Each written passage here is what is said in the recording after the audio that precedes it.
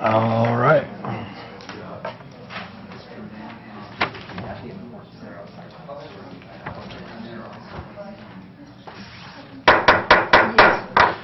All right. I'd like to welcome everybody out tonight to our annual and regular meeting of the Board of Trustees on this Tuesday, July 14th of 2015. We do have a quorum present. We have Trustee Clayton, myself, Trustee Benyon. My brain is elsewhere, obviously. I apologize. And Trustee Schwartle. We also have our superintendent, Dr. Holmes, as well as our brand new board clerk in her first meeting, Ms. Amanda LaChance. We'd like to welcome her as well. So if you would please stand and join me in the Pledge of Allegiance.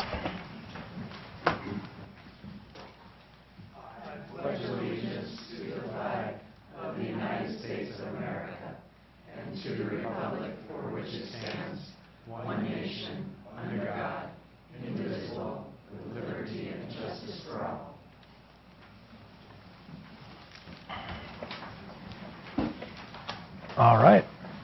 At this time, I'd like to turn the meeting over to Ms. Amanda LaChance to do the oath of office for our new trustee, Ms. Carol Freund.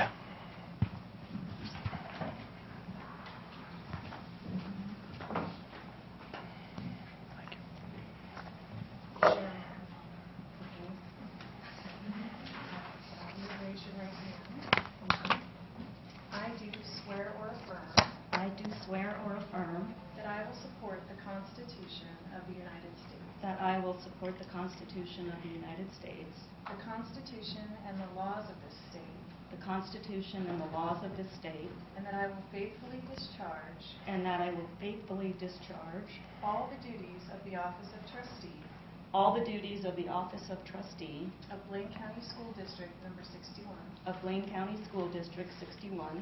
In Blaine County, State of Idaho. In Blaine County, State of Idaho. According to the best of my ability. According to the best of my abilities.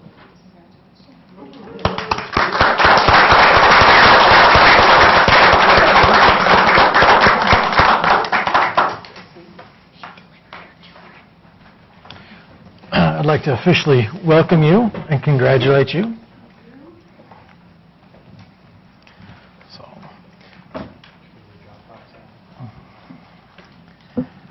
And we'll go ahead and move forward with the election of the Chairman of Board of Trustees of Blaine County School District number 61 for the 2015-16 school year. I'll open it up for discussion. I nominate Sean Benyon. Second. There's the discussion. I'm fully supportive of Sean continuing in that role. There you go. I appreciate that vote of confidence. Thank you very much. So, do I hear a motion to appoint Sean Benyon as chairman? I'll make that. She did. Second. All in favor? Aye. Any opposed? Motion carries. Elect vice chairman for the Board of Trustees of Blaine County School District number 61 for the 2015-16 school year. I'll go ahead and open it up for discussion. I would like to nominate Trustee Schwartle. Okay. Is there a second? I'll go ahead and second. Any discussion?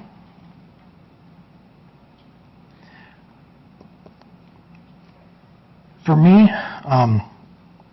and I could be completely off base, but as members of the Board of Trustees, one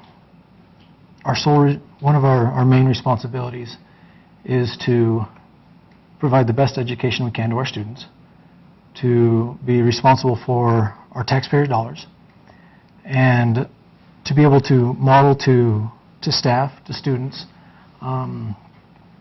behavior conducive. My only hesitation would be that, especially as members of the leadership of the Board of Trustees, and I don't mean this in any personal way, we need to be collaborative and respectful, and find ways to communicate in ways that aren't as divisive.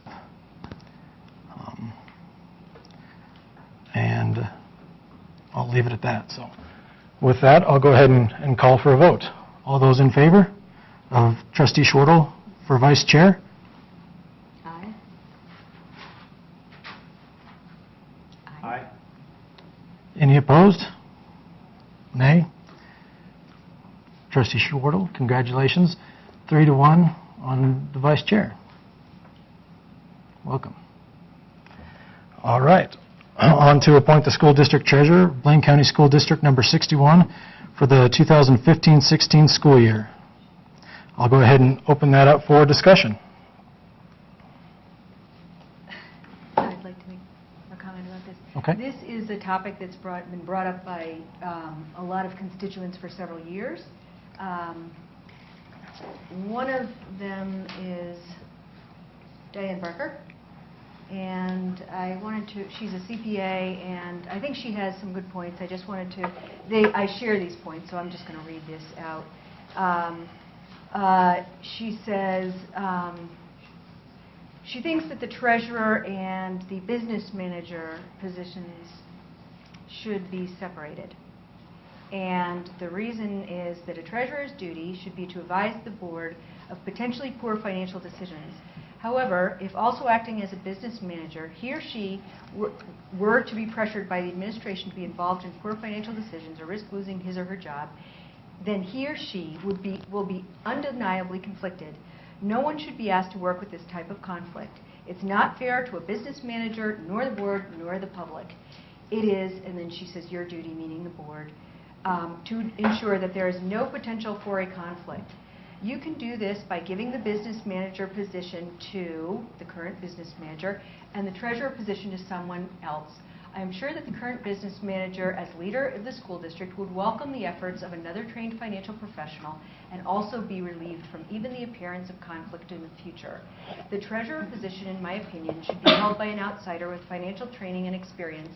The treasurer could then interface with the board and the public in an unbiased manner. I think it would enhance understanding and trust for all stakeholders. I think that the time has come to separate this position. I feel like we are volunteers. We're in charge of an $80 million budget. We have 3 positions, the board clerk, the district attorney, and the treasurer that are under our aegis that we hire, that report to us.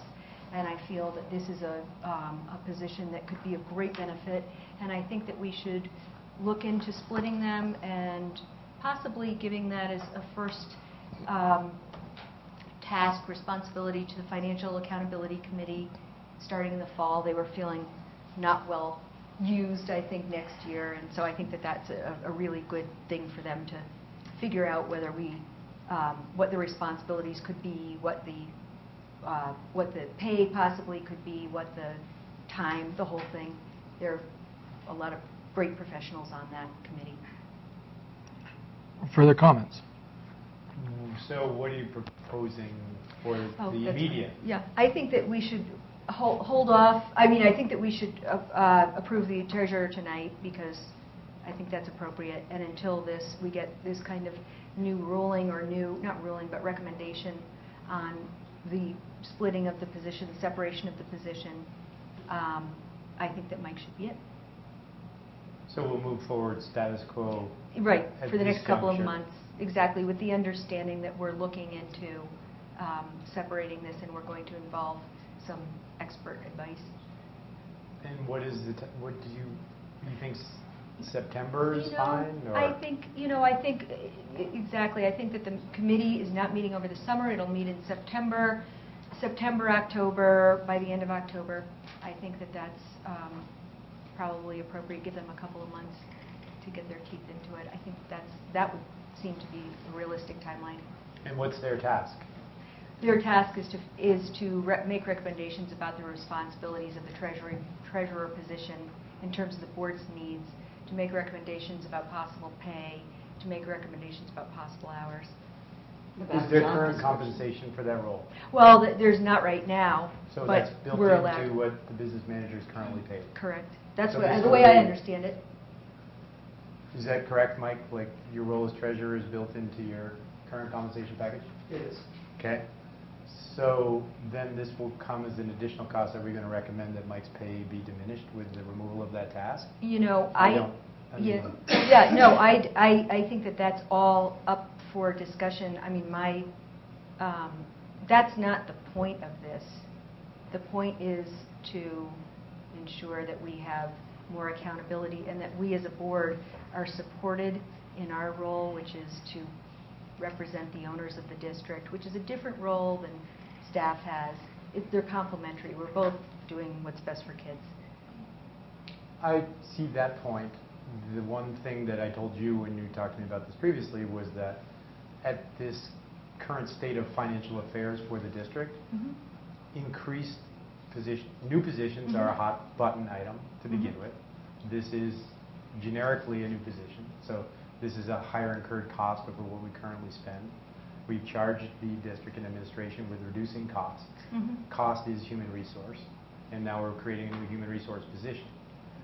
That I understand, and maybe there's savings in the long run, this, that, and all of those things, but I think that's just something that needs to be said, because we have on the docket tonight, I've received a lot of emails about a position just being reallocated, not even being removed, and the flurry of activity around that one position. When we get to the point where $2 million has to be eliminated from this current financial position, that's more than one position being reallocated.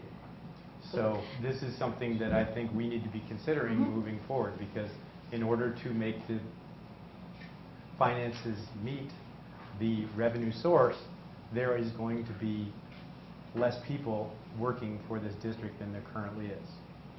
I think that we should look into see how much it would cost. I think it's a prudent thing to do to separate these positions. I think that it may end up saving money down the road because there would be someone overseeing something, and I think it would help Mike to have someone else in there.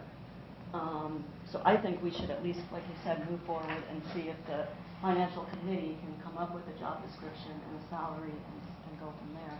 That's what I would be looking I'm for, not because I saying- don't see anything in any of the documentation of a specific job description to that treasurer role. Right. Amanda has a job description. She's tasked with what she needs to do. That's very clear cut. For the treasurer, it looked to me from the documents that I received that it was just basically assumed, no fault to Mike, that the business manager was the treasurer, because it was the business manager's job description. There was actually no job description pertinent specifically to treasurer. Right. So this is a new it is an add-on, That's right? Well, and I would think that one of the things that possibly the Financial Accountability Committee could look into is cost savings. And I think, I mean, an argument can be made that in the past that it would have been great to have some outside people who were advising the board on behalf of the owners of the district. So I can think of a few ways right off the bat that we could, there's a machine in there that's $7,000 for cold water. There are things around here. I think that there are some cost savings that may be generated, and I think that more than anything, it helps us do our job to the level that the community expects.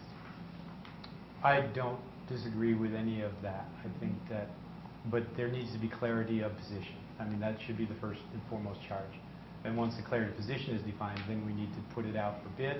It should be a process of true, transparent process in that regard. Once that's established and then the method of compensation is designed, I'm not sure what it's going to take. Is it 50 hours a month? Is it 5 hours a month? No one can actually say that. Mike could probably give us a clue. But without a clear job description, then there's really nowhere to go. And I do believe that Finance Committee is the place to generate that for sure. Yeah. And I would like to say that we have had two different firms audit. I know there's been talk at this table about oversight. We do have checks and balances in place. We've had two different firms review our audit and have been comfortable that those checks and balances have been in place and continue to be in place.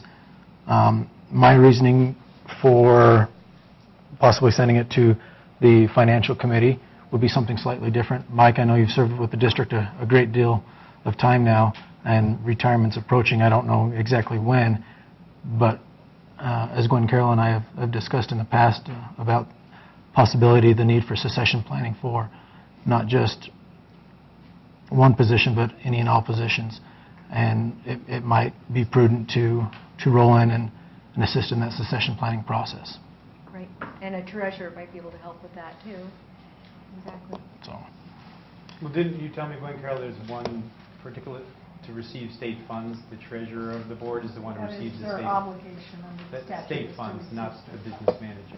So it's critical that that position Yes, never we want the lapses. money to keep coming. That position cannot lapse. all right then. So am I understanding correctly that I'm hearing a motion to, or do I hear a motion to appoint Mike Chatterton as the treasurer for the Blaine County School District number 61 for the 2015 school year, with the assumption that with the expectation that the financial committee will look into job descriptions for that position? Yep, job descriptions and the amount of time that they think would be needed and possibly even compensation. Just, there are CPAs and people on that committee that could be very helpful. Yeah, that should be a simple metric, right? Like, an accountant gets paid X per hour, how many hours is it going to take? We can come up with a pretty good idea of what the bid should be, put it out for bids. Hopefully somebody wants to do us a favor and charge us less. Do I hear that motion? Do I hear a second? Second. Who? Okay, we'll move For the to- record. Mike is the Sorry, business I was clearing my manager throat. and the treasurer until such time that we have a proposal from the finance committee that will spec out what a standalone treasurer for the board will be, and we'll move forward at that time with the proper information. Right, we'll make that will be a recommendation. So we have a motion, Motion. I second. second. Discussion? All in favor? Aye. Aye. Aye. Any opposed? Motion carries. All right. On to appoint clerk of the board for the Blaine County School District number 61 for the 2015-16 school year. Do I hear a motion to appoint Amanda LaChance for the clerk of the board? I'll make that motion. Second. Any discussion? All in favor? Aye. Aye. Any opposed? None? Welcome and good luck. Okay. Appointment for the appoint school district attorney for the Blaine County School District number 61 for the 2015-16 school year. And just as a reminder to the board, we did send this out for an RFQ process. We only received one, to my knowledge, return and reply for that, and I believe it was Mr. Adam King, who has been our current school district attorney of record. And with that, I'll open it up for discussion. I was really disappointed to see that only one member of the community put their name in, and I was going to find out from people that I know who are attorneys what the reason for that might be. I feel like that something was wrong with that process because maybe not the process itself, but something happened there that not enough people knew about it. I'm not sure what happened, but I would really like to revisit that and make sure that we have a competitive pool within the community so that we are able to make a choice. I have a question. Where is it advertised, and how would people find out about it? In the newspaper, That's why as all of well as the website. That's what all of our procurement issues are publicized. Twice in the paper, that's twice. And I don't think we need to have an attorney. I mean, I think that that's an optional thing, not like the treasurer or the board clerk, from my understanding. It's at the discretion of the board. Well, he's only utilized on an hourly basis anyways, right? He charges Correct. $1, so And the we have clock's access. ticking when we ask him to fit. Exactly. Yeah. And generally speaking, for the board's knowledge, when we do have questions about district or school policy, school law, generally we ask experts in that, Amy White and Brian Julian out of Boise. And the district attorney of record is more for local things like emergencies that come up. So it would not lock us into only using that attorney. That's good. Do I hear a motion then to appoint Adam for the time being, excuse me, Mr. Adam King for the time being for the school district attorney of record for the 2015-16 school year?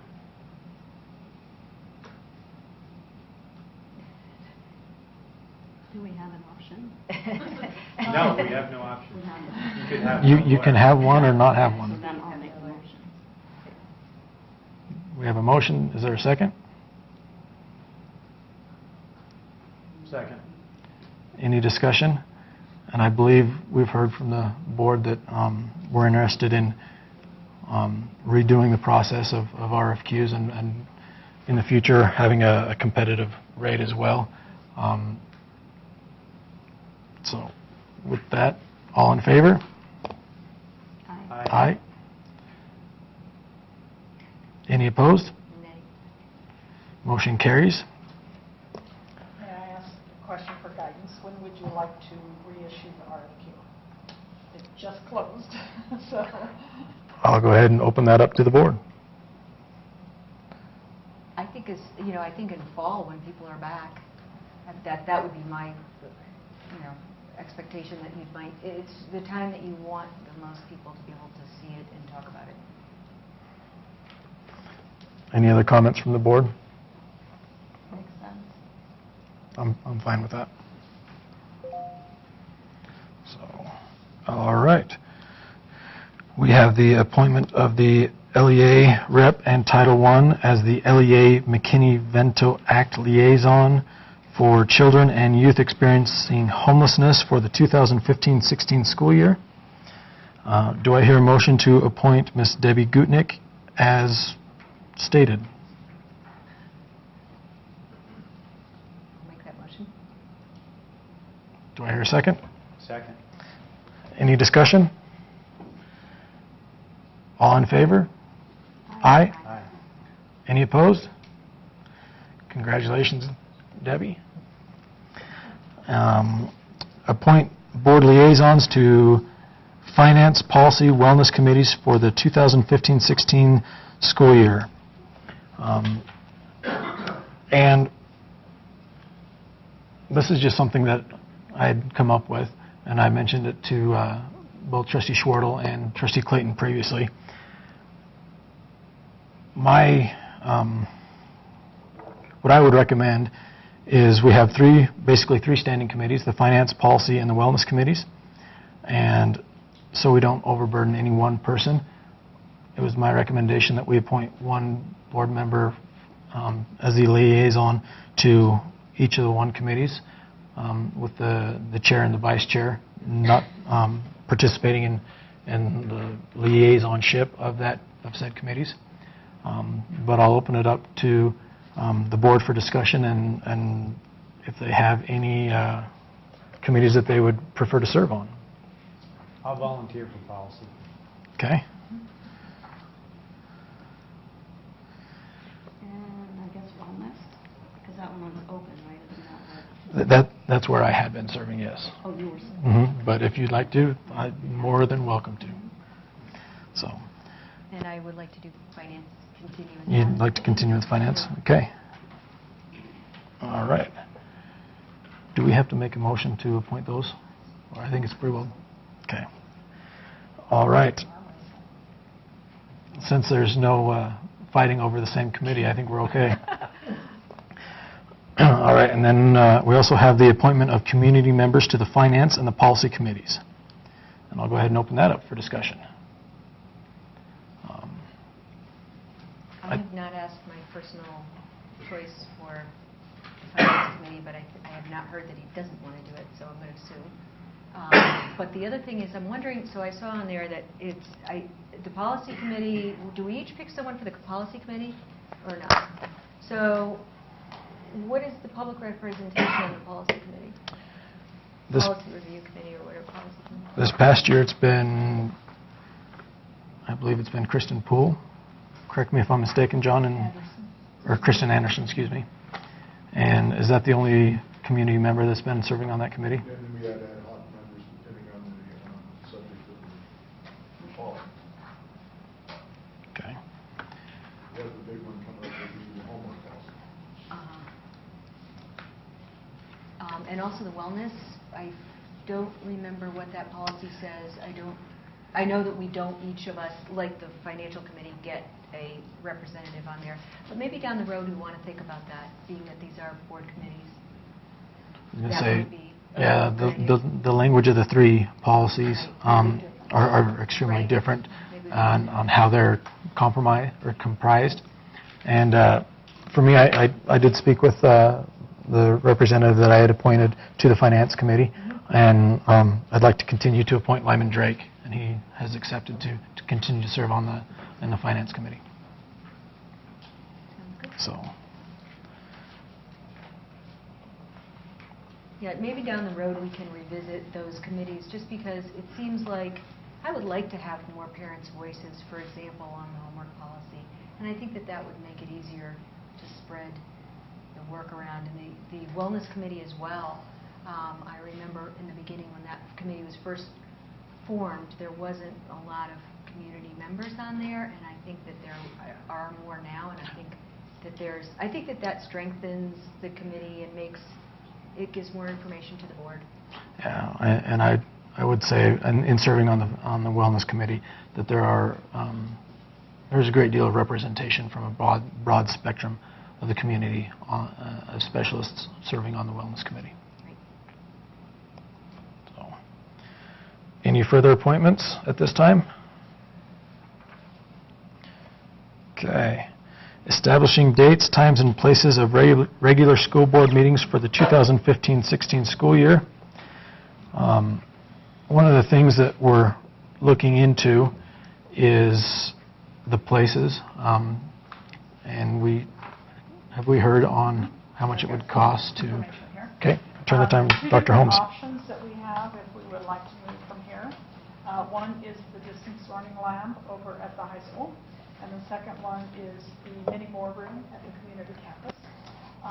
In some conversation with Teresa Gregory, Teresa McGoffin, and her team, some of the considerations is the district distance learning lab has more options for seating because it has both stadium seating or all on one level, whichever you would like. Both the distance learning lab and the mini more room could seat 80 people about. The community campus is open on weekdays until 10 p.m. The high school is usually closed, so we would have to open it for the board meetings. And I know when we've done other things over there, sometimes people are wandering around trying to find it, even though we think we put out signs. So it would be a little bit of an education process for the community to learn where that room is. If we were doing something where we wanted catering or something like that, because we were doing a long meeting, that would be much more readily available at the community campus.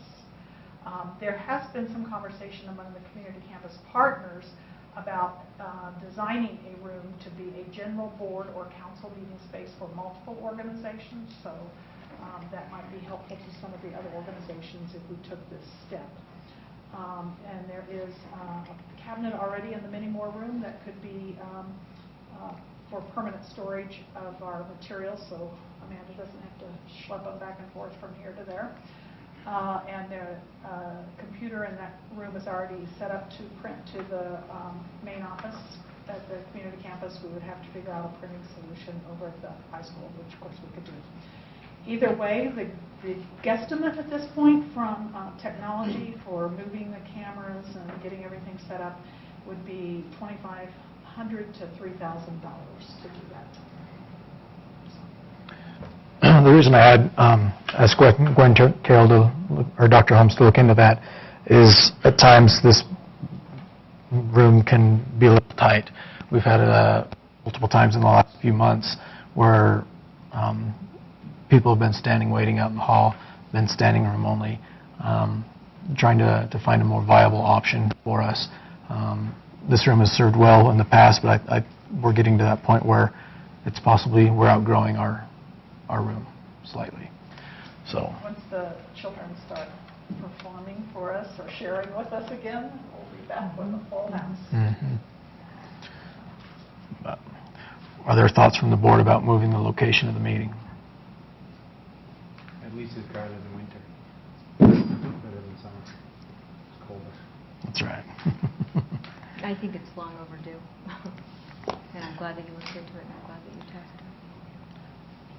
Are we comfortable with picking a location tonight? I am. Okay. You know, I always thought the distance learning lab room would be the best, but actually now I feel like for the reasons, a lot of the reasons that Dr. Holmes mentioned, I think that the community campus is probably a better idea. And so I vote for community campus, meeting more room. Okay. Any further discussion? For the location of the regular school board meeting? Just to throw that out there. Works fine. But I can say I've been back there for a while, and there are times where it is. You can't tough. hear It's because of tough. the blowers. And people are standing and crammed in. And, I think we need to respect the people who come, and the fact that the meetings are getting more full is a great thing, and we want to encourage people to come, so I think moving is a good idea. Okay. As far as the dates and times, times has remained at 6 p.m. Dates, it's historically been the second Tuesday of every month, with the exception of possibly November because of the ISBA conference, and possibly the July because of my work schedule, and as well as April possibly having to be shifted depending on the NSBA National Conference as well. So with those caveats, do I hear a motion to accept the dates and times with the place of the mini Moore room at the community campus for our regularly scheduled board meetings for the 2015-16 school year? I'll make that motion. So will that be starting next month, or? Correct. Well, if we can get the facility ready that fast. I'm looking at Teresa and Howie to see if they're falling out of their chairs yet, but as soon as possible. I'll second. All in favor? Aye. Aye. Any opposed? Motion carries. Good luck, Howie. Teresa, Dave, and the people. So, all right. And designate public places for posting of public notices. And this is above and beyond. This has historically been our location of postings. Do I hear a motion to accept? They are posted at the Blaine County School District office, the Bellevue Post Office, Haley Post Office, Ketchum Post Office, Community Campus. They are also posted at all of our schools and emailed to the Express. I'll make that motion. Second. Any discussion? All in favor? Aye. Aye. Any opposed? Motion carries. Okay, on to the adoption of the Code of Ethics for school board members for the 2015-16 school year. And I had asked Amanda LaChance to email this to, actually, I think I asked Ms. Kaufman before she retired to email this to all the board members for possible, just to be able to review it and have any insights to it. I'll open it up at this point for discussion. I think it's great. I think that, is this a new thing, or have you done this annually? This is something we've done annually. Okay. I think it's great. I think we should actually all have to sign it. Historically, we've all signed it, and it's Yeah. been posted outside the boardroom. Okay. So, yeah, I had a couple of comments, which I think I shared with you. Okay, so there was some verbiage in here that just was incendiary and not helpful. Divisive, speaking of divisive. So let's see here. I sent that to you, and I just need to get that up. It was talking about special interests and stuff that just didn't need to be in there. The point was the point, and it didn't need to be in there. So let me see here. 1 second. Okay. So there is a couple of things here. So the third thing says, make all decisions based on the available facts and my independent judgment. And then the second part of it says, and refuse to surrender that judgment to individuals or special interest groups.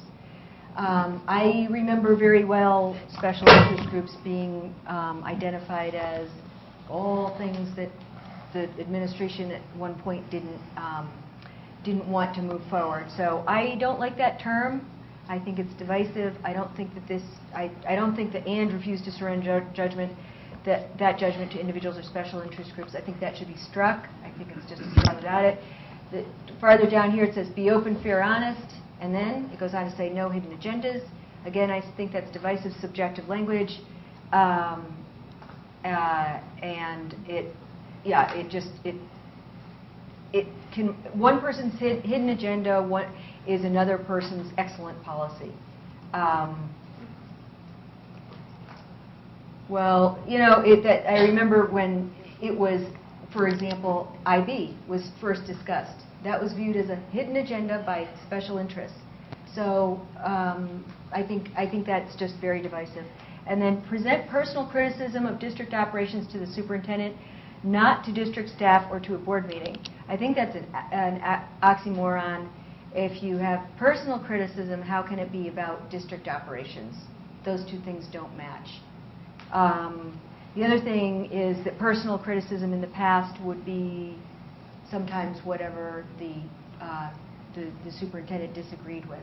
It would be a matter of district policy, but it could be personal criticism. So I don't like that entire statement.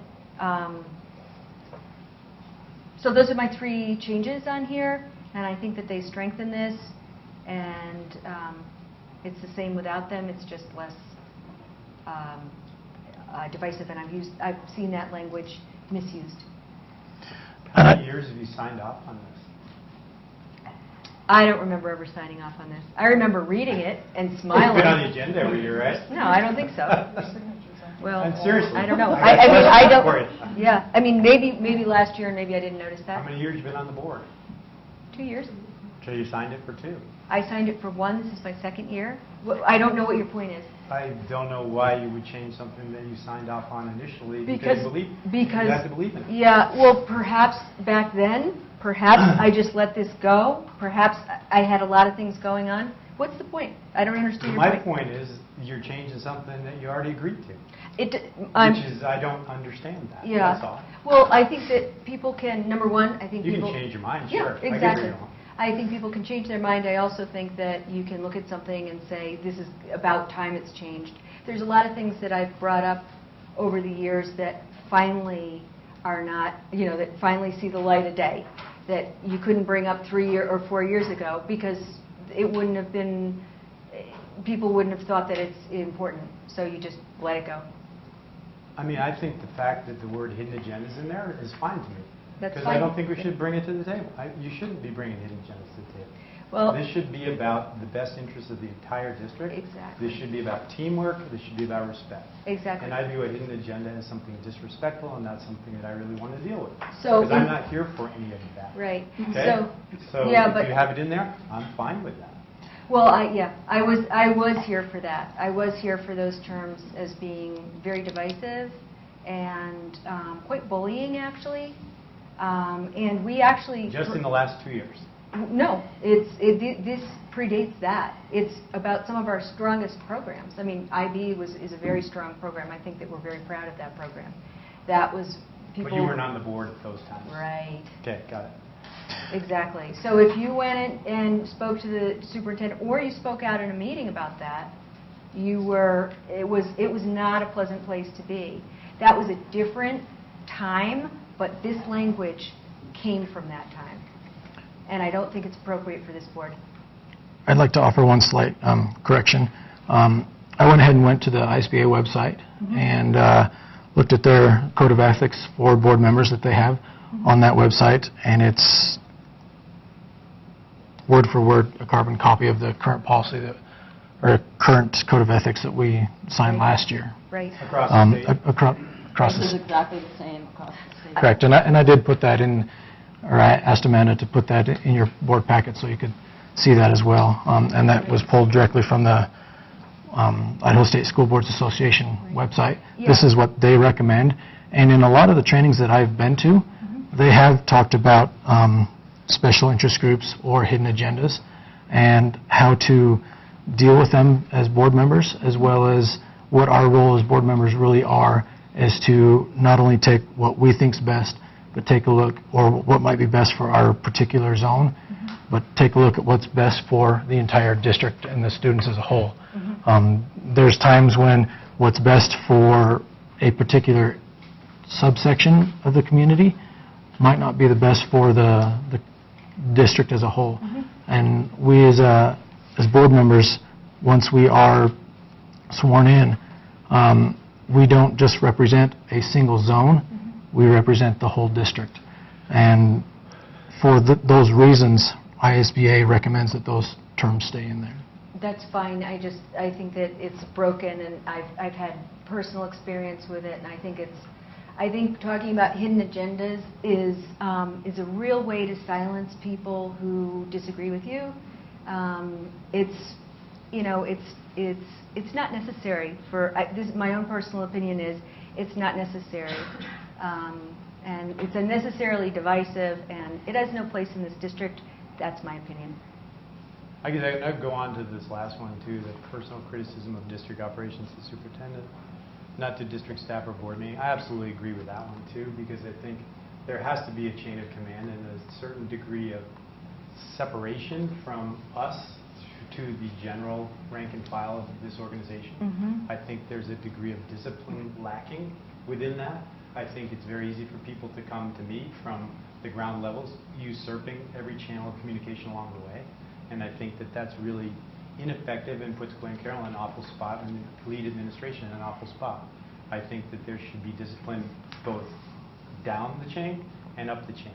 And I think having that in there demonstrates that discipline, and that's something that I feel really should be applied to this district. You know, again, I can't help but thinking there are times when you get a CEO that will look at anything that you disagree with that person about as personal criticism. So instead of being questioning, it's viewed as criticism, and it's put in that category. And so you can be questioning, and all of a sudden you are a critic. And I feel like it's divisive. We're better than this. I think That's about my proper personal channels. opinion. It's proper channels, right? Well, that's not the way I look at it, because I've had different experience.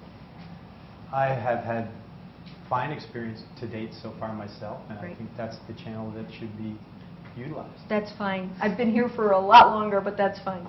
That's okay. I'm not living in the past. I'm here to help this get better as we move to the future. Okay. I'm glad to hear that. Yeah. Okay. Do I hear a motion to accept the Code of Ethics as recommended by the Idaho State School Boards Association? I'll move that. Do I hear a second? I'll second. Discussion? All in favor? Aye. Aye. Nay. Opposed, nay. Passes 3-1. All right. And on to the approval of the 2015-16 school board calendar. And if we can scroll through it, it basically goes through and has the dates, school starting important dates for the school board, as well as our meetings, things of that nature. So do I hear a motion to approve the 2015-16 school board calendar? I'll make that motion. Is there a second? I'll second. All in favor? Aye. Aye. Any opposed? Motion carries. Calendar approved. And do I hear a motion to adjourn the annual meeting? I'll move to adjourn the annual meeting. I'll second. Any discussion? All in favor? Aye. Aye. Any opposed? We are adjourned of the annual meeting, and welcome to our regular meeting. And we'll go ahead and call it to order and move on to the agenda review and ask if there's any additions, corrections, or modifications or substitutions to the current agenda. Seeing that there are none, we'll go ahead and move on with the accolades and turn them over to Dr. Holmes. Okay, our first accolade tonight is for Patty Shear, and I haven't seen her. Has anybody seen her? Okay, well, she retired, so I guess she's out having fun. This is Mrs. Shear. This is from Kathy Tyson Foster. It says, Mrs. Shear is an amazing teacher. My son was fortunate enough to have her this year, her last, at Haley Elementary.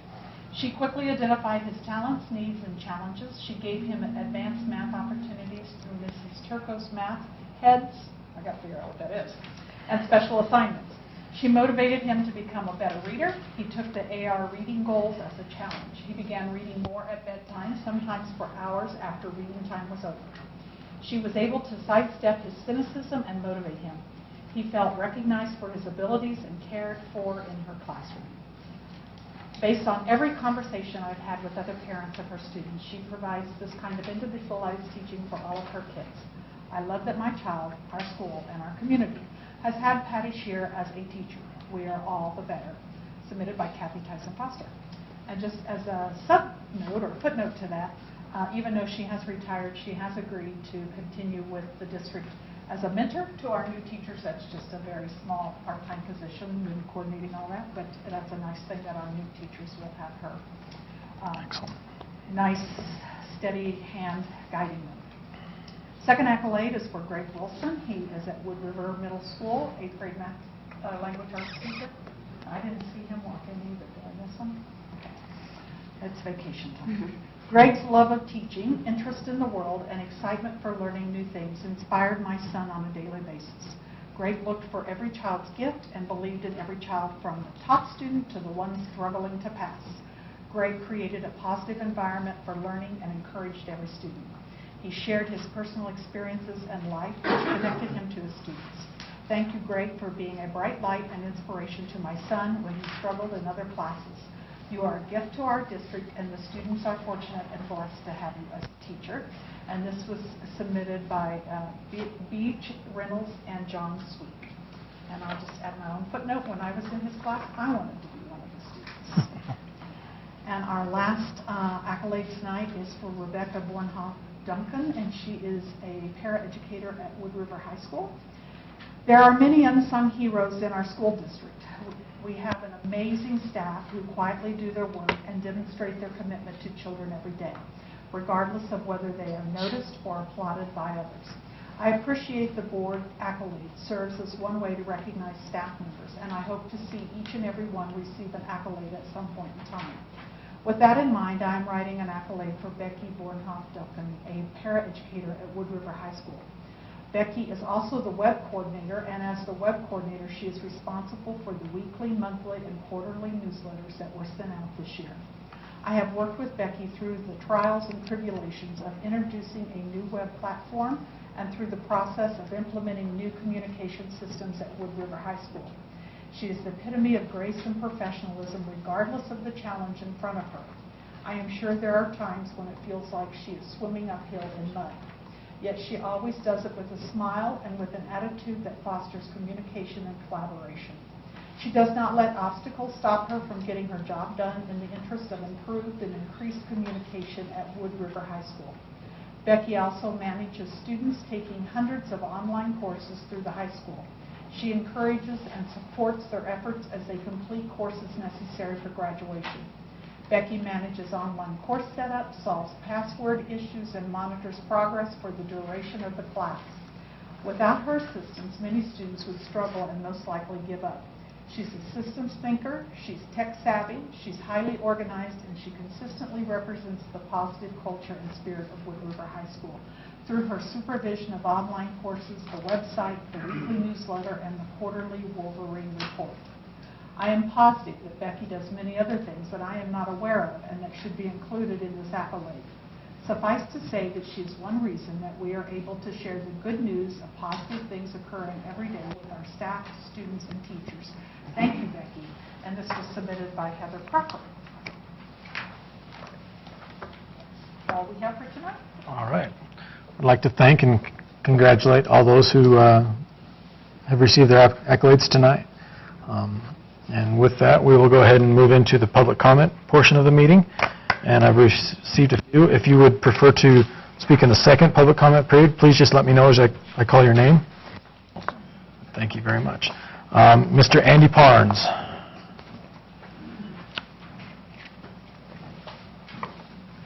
And we have a microphone, and he will mute it and unmute it from the past. It's on, so you're good to go. It's not. I've been here before. I just came tonight because I just don't want to be considered a nattering nabob of negativism.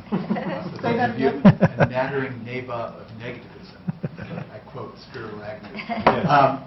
So I just came to, because I spoke with Judge Ingram and Teresa Espedal from the probation department, and we are all interested and willing to participate in the selection of mental health therapists and to continue on in a positive way to work with the committee on drug policy or whatever it be, that we're all here to help out.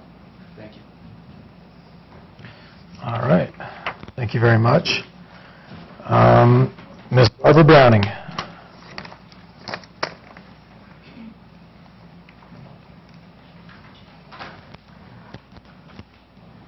Barbara Brennan, Twin Meadows. This is just a brief comment because you actually already worked on this problem. First, thank you for everything you're doing and have done. You talked about a job description. I just want to quote to you from Blaine County School District Policy, number 202.5, adopted in 1990. It says, treasurer. The treasurer of the district serves at the direction, control, and pleasure of the board. No one else. The treasurer's duties are established in Section 33-509 of Idaho Code, and that simply says, the treasurer shall have such duties as the board may prescribe. So I just would like to let you know that it's wide open, and let the financial committee know when they're going to work on this, that it's wide open. So I know none of you are experts in finance and accounting, and I'm glad that you are taking advantage of this opportunity to obtain expert advice. Thank you. All right. Miss Janet Dennis. Can I request to speak at the second public comment? Certainly. Miss Jessica Miller.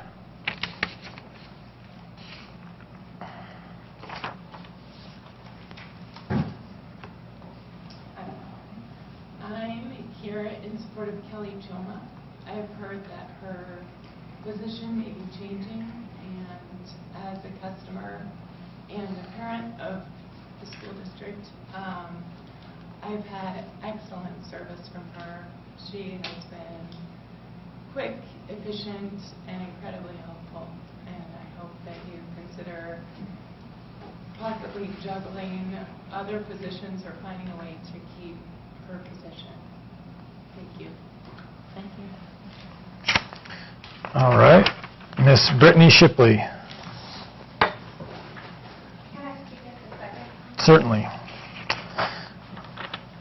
Miss Stephanie Marquise. I apologize if I butchered your last name. Marquis, and I'd like Marquis? to speak at the second comment. Okay. All right. And I apologize, I can't read the writing. Is it Kathy? Katie. Katie, I apologize.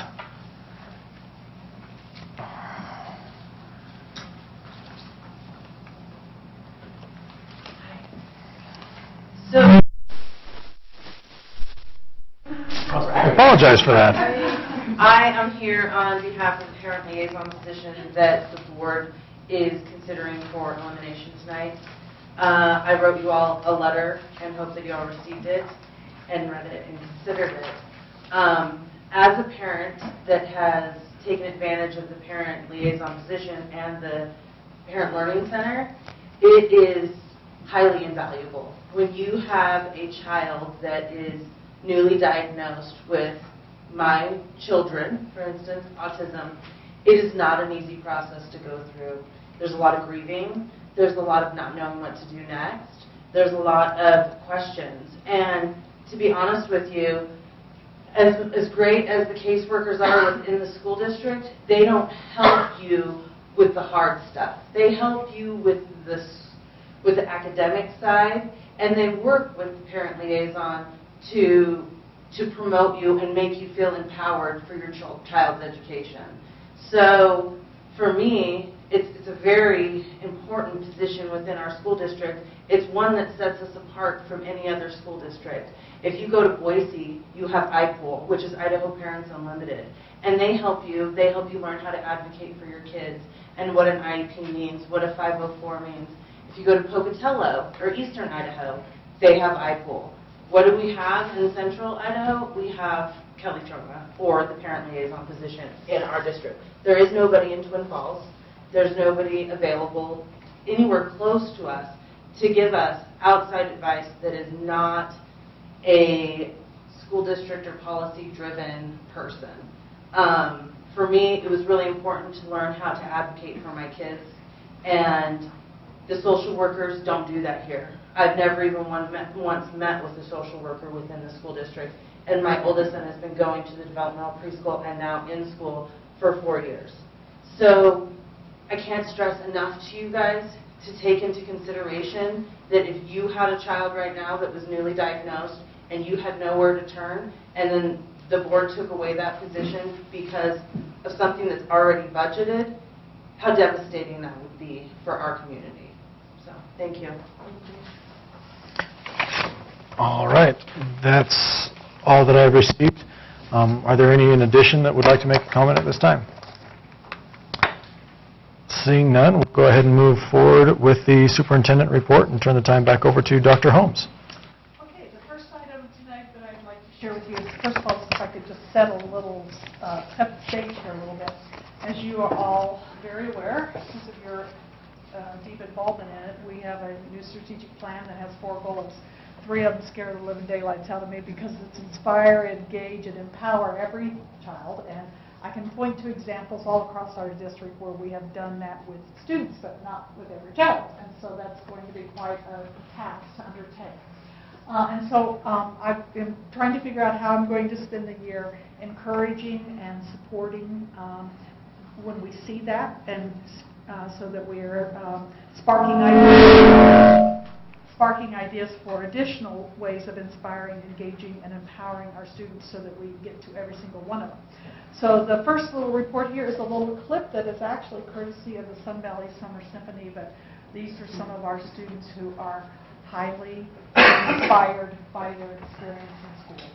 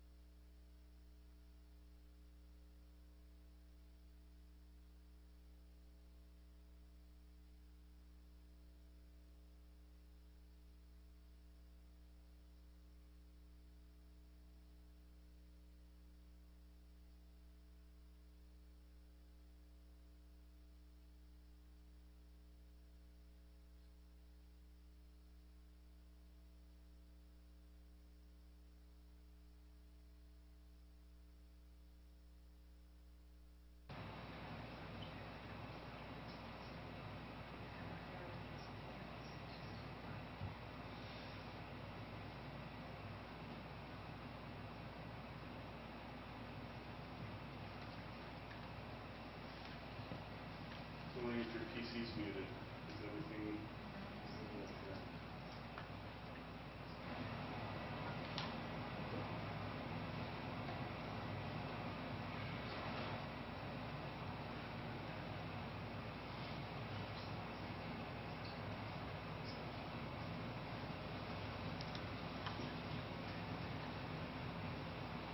musicians and have opportunities that they would never have anywhere else. So it really extends that little bit of music we're able to provide in the schools to being a full-blown program.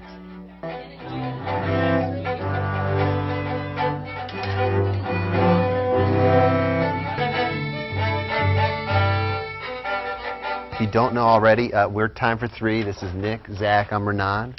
This is Kenji. He's composer, arranger, orchestrator. And Time for Three spent some time getting excited about this piece, and we wrote about 55 minutes. Well, we've written a lot of content, and one of the pieces we extracted was the Sun Valley Reel, which comes from the primary theme.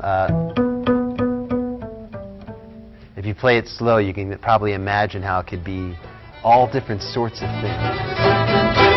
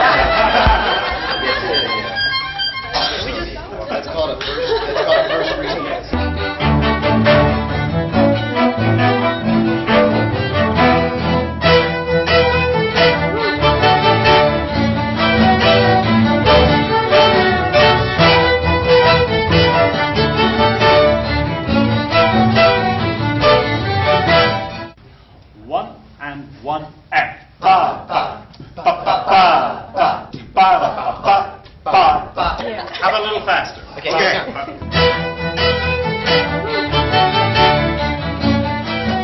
I've just enjoyed not only my efforts as a collaborator and a coach, but watching Time for Three impart their unique brand of passion and joy and energy, and to see how contagious it is, and watching the students along the way in a very short period of time make this quantum leap from pretty decent to really awesome.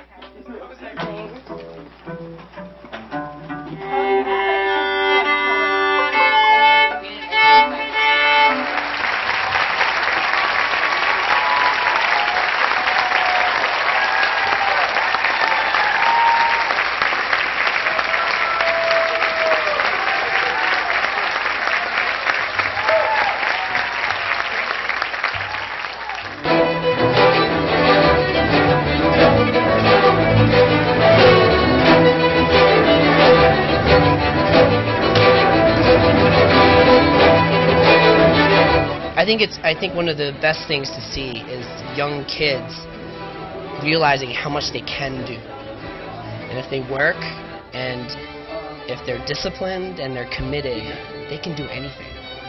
And they memorized it. I mean, we were not expecting that.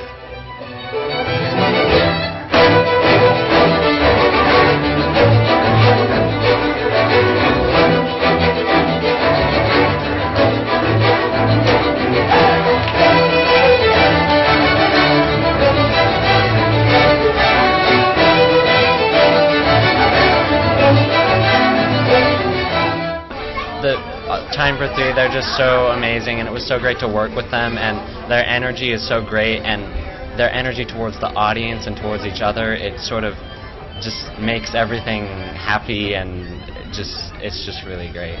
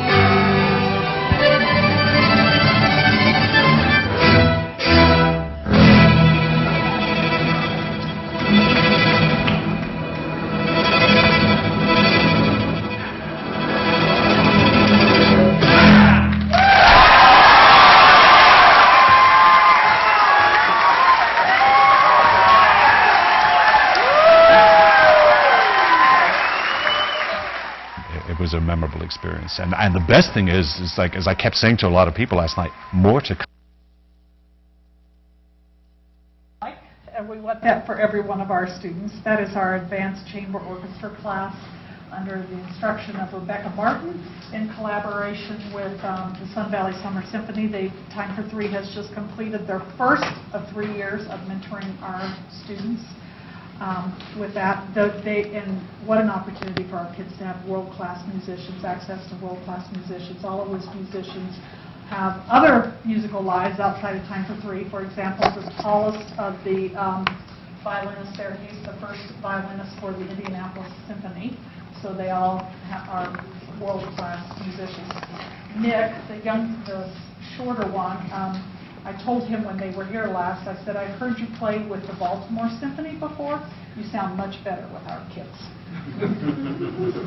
So that's the first installment, hopefully, of a year-long of how our kids are inspired and engaged, and we'll keep sparking more ideas on that. The second thing I have tonight is the staff engagement survey that was in your packet to look at. So probably you are already familiar with that. Just 3 big points there is we have a lot of employee pride working in the school district and feeling like they are recognized for their accomplishments and supported with the professional development they have. We had some good growth last year. We hope this is a trend. 1 year does not make a trend, so we'll keep watching. On building environments improving and staff feeling more comfortable in their buildings as far as being included in decision-making, better communication, and feeling emotionally safe to be able to share in their buildings. And that was a big thing that we worked on in district leadership team this year, so that was affirming. The last is some areas for growth. There are still areas where the staff does not feel like the district leadership, that includes us sitting here at this table, is where it needs to be in making them feel comfortable in sharing ideas with us, and that there is teamwork and collaboration going on. So tomorrow when we go to our training, and later this fall when we are at the retreat, I would encourage all of you to work with me and see what we can do as a team to help promote that. And then I have one last thing that's not on the agenda, but I just can't resist. I sent this out at the very end of today because this was what I worked on today. It's in your folder. One of the goals that we had was to increase the number of students participating in advanced opportunities, and especially the number of Hispanic students. And so this is based on the pre-enrollment data for this fall at Wood River High School. In all of their AP and dual credit classes, they have increased the number of students participating next year, and significantly increased the number of Hispanic students participating. So kudos to that Wood River High School staff for their recruiting and getting these kids in these classes.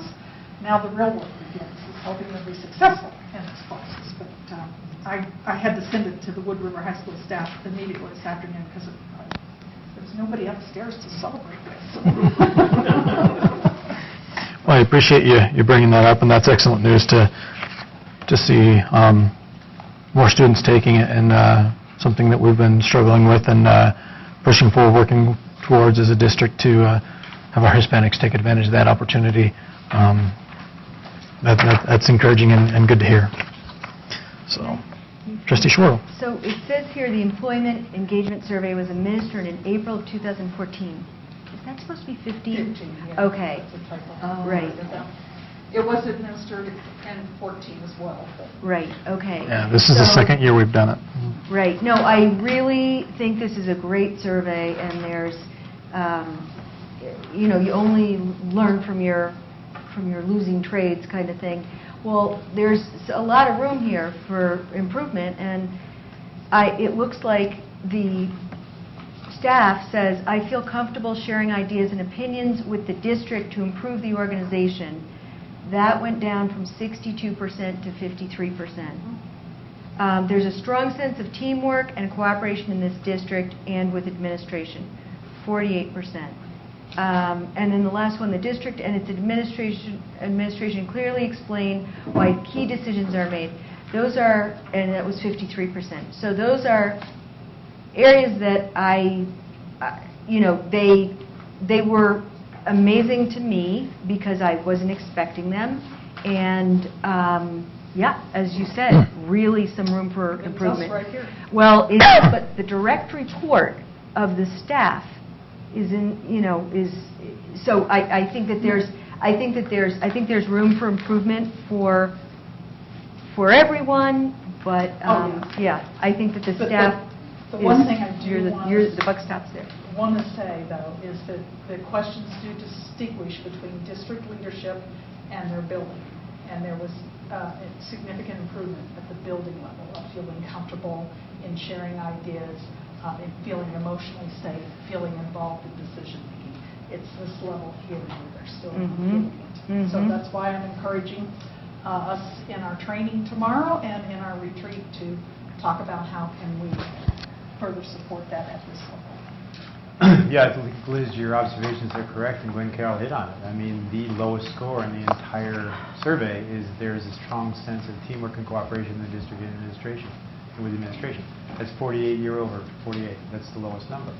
That starts with us here at this table, because we are setting the tone for that. And if we're not collaborative in working as a team, as this group sits here today, then that carries on through her administration, completely to the teachers and everybody who's working here.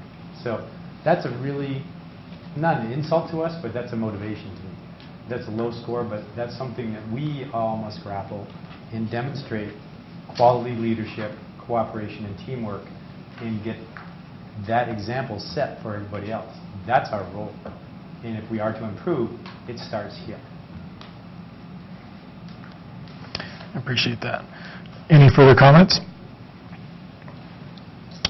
All right, we'll go ahead and move into the board chair report. And I purposely made this short and sweet because I didn't know if I was going to be here or not for sure. But we do have the other announcements. We have the ISBA Summer Leadership Institute tomorrow from 1 to 6 p.m. at the Jerome School District Building. And I believe we have our new board clerk going with us, as well as Dr. Holmes, myself, Carol, and Robert are going with us. Everyone's going down as well. To be able to, my mind is out of it today. It's been a long couple of weeks. I apologize. But yeah, to increase our learning and training from the Idaho State School Boards Association. Our next regular scheduled August board meeting will be August 11th at 6 p.m. Knock on wood, we might possibly be in the meeting more room. We'll keep you posted on the advances on that, on if we're ready or not. And district-wide, our back-to-school meeting with Sir Ken Robinson, will be at 7:30 a.m. at the community campus, and that is September 3rd. Thursday, September 3rd. That is our traditional district-wide staff meeting. The difference this year is he's going to kick it off, inspiring us about creativity. Our strategic plan already embraces more than just the academics, so he'll really encourage us on that.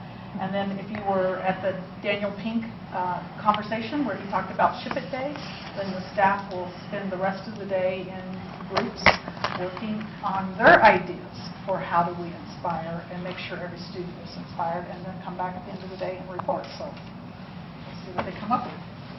And I'd like to strongly encourage all staff and board to attend. I think it'd be a great opportunity, great learning experience for us as we embark on our new strategic plan. So, and also our finance, wellness, and policy committees are taking a summer break and look to restart come fall, come September with the start of school would be my guess. And we will go ahead and move forward with that.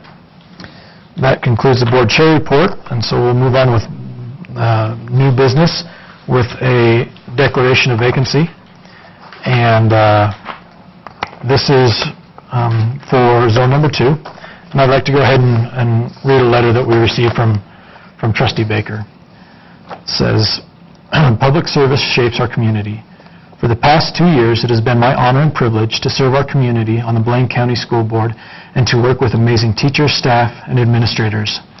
Unfortunately, I must resign my position as my family and I are relocating to the Midwest. I would like to thank our community for giving me the opportunity to serve on the school board. It has been one of the most rewarding experiences I've ever had. Being a Blaine County School District trustee is one of the most important roles in our community. Trustees are responsible for making decisions that impact young people's lives and shape our community's future. For that reason, I would like to strongly encourage community members to apply for my seat in Zone 2, which encompasses the Woodside area of Haley, as well as some other sections of Haley and Bellevue. Many people feel that they should only participate on the school board if they have children in the school district. Not so. All of us are stakeholders of our public schools and have a vested interest in their success. What matters is that you make connections with people of our community and listen to their values, whether they be parents, students, educators, or taxpayers. Then channel that into your actions as board member to support students and high-quality education. This fall, our school district will be hosting Sir Ken Robinson, a renowned visionary, speaker, and author who shares many of our community's values about what education could and should be. So how might Blaine County change to make school more effective, relevant, and purposeful for young people? Right now, the district is at a tipping point between a conventional top-down, mechanized approach and organic change, Robinson's words. A strong school board whose members are connected to and guided by the visions, values, and voices of our community will determine which approach wins out. The Blaine County School Board will be making two significant decisions in the next year. The board will have to decide both the financial and leadership direction of our district. Both of these decisions will be based on new information and changing circumstances. In the case of the financial direction of our district, the board must choose between asking the community for additional taxes or reducing expenses to eliminate deficit spending, as the district's reserves are almost depleted. Regarding leadership, the board will have to decide if the current leadership reflects the vision, values, and voices of our community and has a leadership approach that complements our community to ensure student success. It is my hope that the board will reflect on the lessons of the past and are empowered as they face these decisions. My journey as a Blaine County School District trustee was inspired by a button a close friend gave to me. It said, "One person can do so much." I have experienced this firsthand and know this motto to be true. Your voice does matter. I encourage you to stay informed, express your views, and share your vision and value for our schools with the school board and administration. Additionally, if you live in Zone 2, I strongly encourage you to apply for the school board trustee position. I guarantee it will be one of the best and most meaningful experiences you'll ever have. Sincerely, Kathy Baker. And I'd just like to publicly thank Trustee Baker for her service on the board. She helped us deal with a lot over the past 2 years, and all the time and effort she put into service, and I'd like to publicly thank her.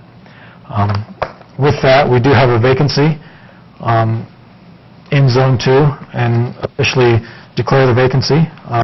As a reminder to the board and to the public, we have 90 days from the declaration of vacancy today to appoint someone out of Zone 2 to that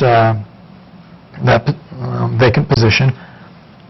If not within that 90 days, we have an additional 30-day window district-wide. It is my hope, with it being summer, my goal is I would like to have someone on as soon as we can, obviously, to have a full board to assist us in making our decisions. But with it being summertime, my recommendation would be that we try and have someone interviewed and ready to appoint at the October board meeting. That gives them a chance to get back into the swing of things with the starting of school in September, and I believe that's within the 90-day window. So please stay tuned for the application or the letter of interest in the Zone 2 position, as it will be forthcoming, but we envision filling that position prior to the October board meeting. So, on to continuing business, we have the mental health therapist discussion and/or selection of committee members. And Trustee Schroeder, this is something that you had requested that be on the agenda. Would you like to start off our discussion? Well, I think that we had talked about this committee being having a lot of impact in terms of what the policy is going to be for mental health policy going forward with the school. Drug and alcohol has been a really big topic of concern for our public. We heard a lot about that, and we got a lot of comments about that. So I think that what we heard, and this is what I heard, is that the community wants this to be a collaborative effort, and that it's a community-wide issue, and that we should, perhaps, it would be a good idea to reach out, as well as have valued staff on the committee. So that's, I think that we had talked about proposing some people in the community who are very connected to this issue, and quite a few of them, if not all of them, spoke in front of the board. And I think that there's a few names that I thought of. I think that Trustee Graves also sent us an email a couple of months ago, that had some of these similar names and may have had more, but I'd like to maybe put it out there that we could mention some names tonight. Yeah, I think that would be fine. I think starting to assemble the committee would be okay. I hesitate on starting the committee before our new principal at Wood River High School gets here. I know he's scheduled to be here next month, 1st of August. So I think I'm okay with starting to assemble those committee members and asking people if they're willing to serve on that committee. I think would be in order, so that committee can hit the ground running when Mr. Pearson gets here. Great. So, if anyone has any names they'd like to throw out there. So, Andy Barnes, who's sitting in the back row, Teresa Espedal, Eric Thomas, Judge Ingram, if he would ever agree to do that. I thought that he cares about this community a lot. He weighs in. He sees a lot of things come in front of his court, and he has been very educated about restorative justice. Michael David is another name. He's head of the Community Drug Coalition, and Chris Stouffer. And there may be others. I was just trying to find Catherine's email, and I couldn't. I may have missed some, but I'm not sure. I can't remember. I was going to say, on the committee that we had that worked on this during the winter, we also had representation from St. Luke's Clinic over here. Oh, that's right. I'm trying to think, yeah, that's Aaron Patel. Trying to think about representation from each group rather than multiple people from one group. Right. So Aaron was mentioned, and I think that Catherine had also mentioned Steve, oh my goodness, I'm forgetting his last name, Doctor, yeah, Greenberg. I would suggest no, because his wife might be an applicant. Okay, so how about we could have a problem. Lee Morse would also be a doctor that would be very... John Thorson came multiple times to the board. He's a doctor, and his area of expertise is addiction. Right. That would be a wise choice. And now that she's retired again, I actually had approached Ms. Janet Dennis. She's got experience both inside the schools as well as from a community member point of view, and had asked if she'd be willing to serve on the committee as well, and she had agreed. And then I have some ideas on the school, since these are people that have been, of course, John Pierce, the new principal, and Debbie, because all of student services falls under Debbie. And then some of the folks that have worked on it throughout the year, Sharma, Thornton, Jesse Mead, or one of the other teachers that was on that committee. Todd, I forgot about Todd, thank you for that reminder. Julie Carney? She could. She wasn't involved in it last year, but she could. Okay. We just need to come up with some staff and representatives of various community groups without having such a large group that we have any dysfunction in progress. 7. Are there any names that stand out to the both of you, either one of you, to appoint to that committee? You hit on pretty much a pretty big group. I don't think I want to throw any more into that mix if I even had them. Do you want to put a cap, or you want to create a size, or recommend a size for efficiency? I mean, how many people should be my recommendation, like I said a minute ago, would be to make sure we have one from the various community organizations and not multiple people from one organization. It's for efficiency. I would agree with that. That gives more organizations voice at the table. Are you comfortable with that, Trustee Schwartle? Sure. So there's 13 already that I see on here. It could be 14, actually 14. Some of those are from the same place. Well, Teresa and Eric, is that And who's? Judges are all from the same place. Oh, I feel differently about that. Even though they're from the judicial system, it's like saying, well, these are from the educational system. I feel like they're all extremely involved in this, more than anyone I know in the community.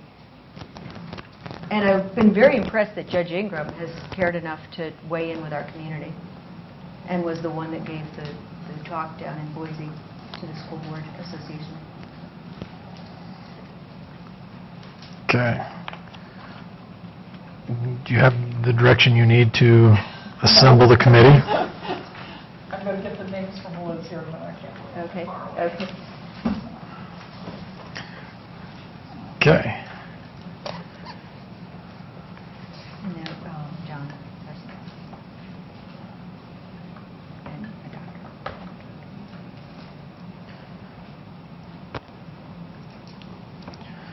All right. Is there any further discussion on the selection of committee members? Trustee Benton, can I ask a quick question? Is there a timeline that you're looking at? As far as my understanding, we were asking that the committee get formed, look at, I don't know how feasible it is to meet in August, or whether the first meeting is going to be in September, and get started towards the start of the school year to assemble to start working on the job description first and foremost. Then we could use that job description to go and search for that position. The only reason I ask is that my department in HR is being approached by people who are interested in the position, asking that exact question, so I was just... Any further insight from the rest of the board members? Or is September starting soon enough? We could certainly poll the folks and see if there's availability for them to get started on working on the job description in August. It's summer. Yeah. We learned that's different in Wayne County. We'll see what it is. If feasible to do in August, we would encourage that. If not, we understand, and September starting would be fine. So, all right. With that, we'll go ahead and move on to the parent liaison position, budget directive.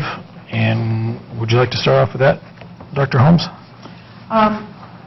This is in response to your directions at the passing of the budget to continue to look for places throughout the school year where we can reduce positions.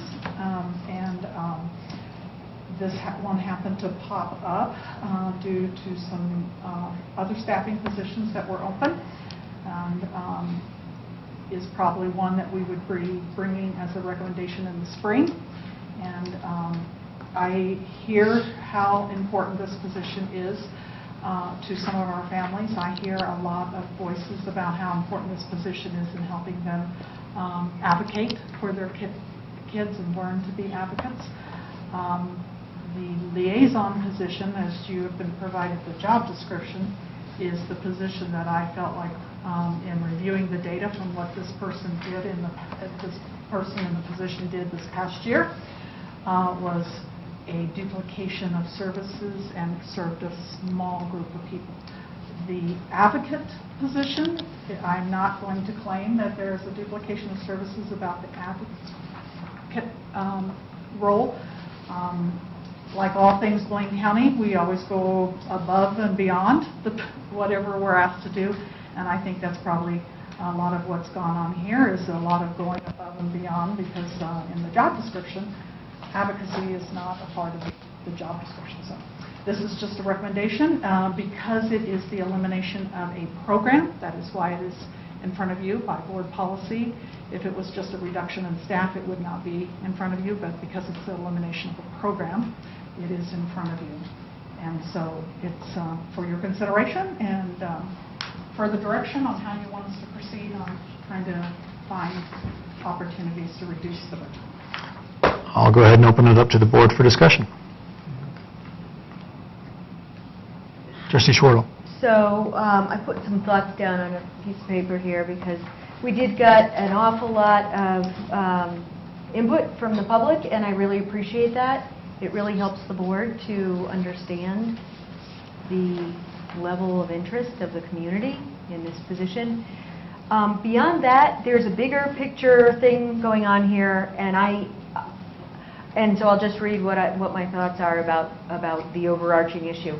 Before any specific staff positions are reallocated, cut, or as was the case last year, created, I feel that we as a board need to communicate clearly with the superintendent about what our expectations are for the budget process.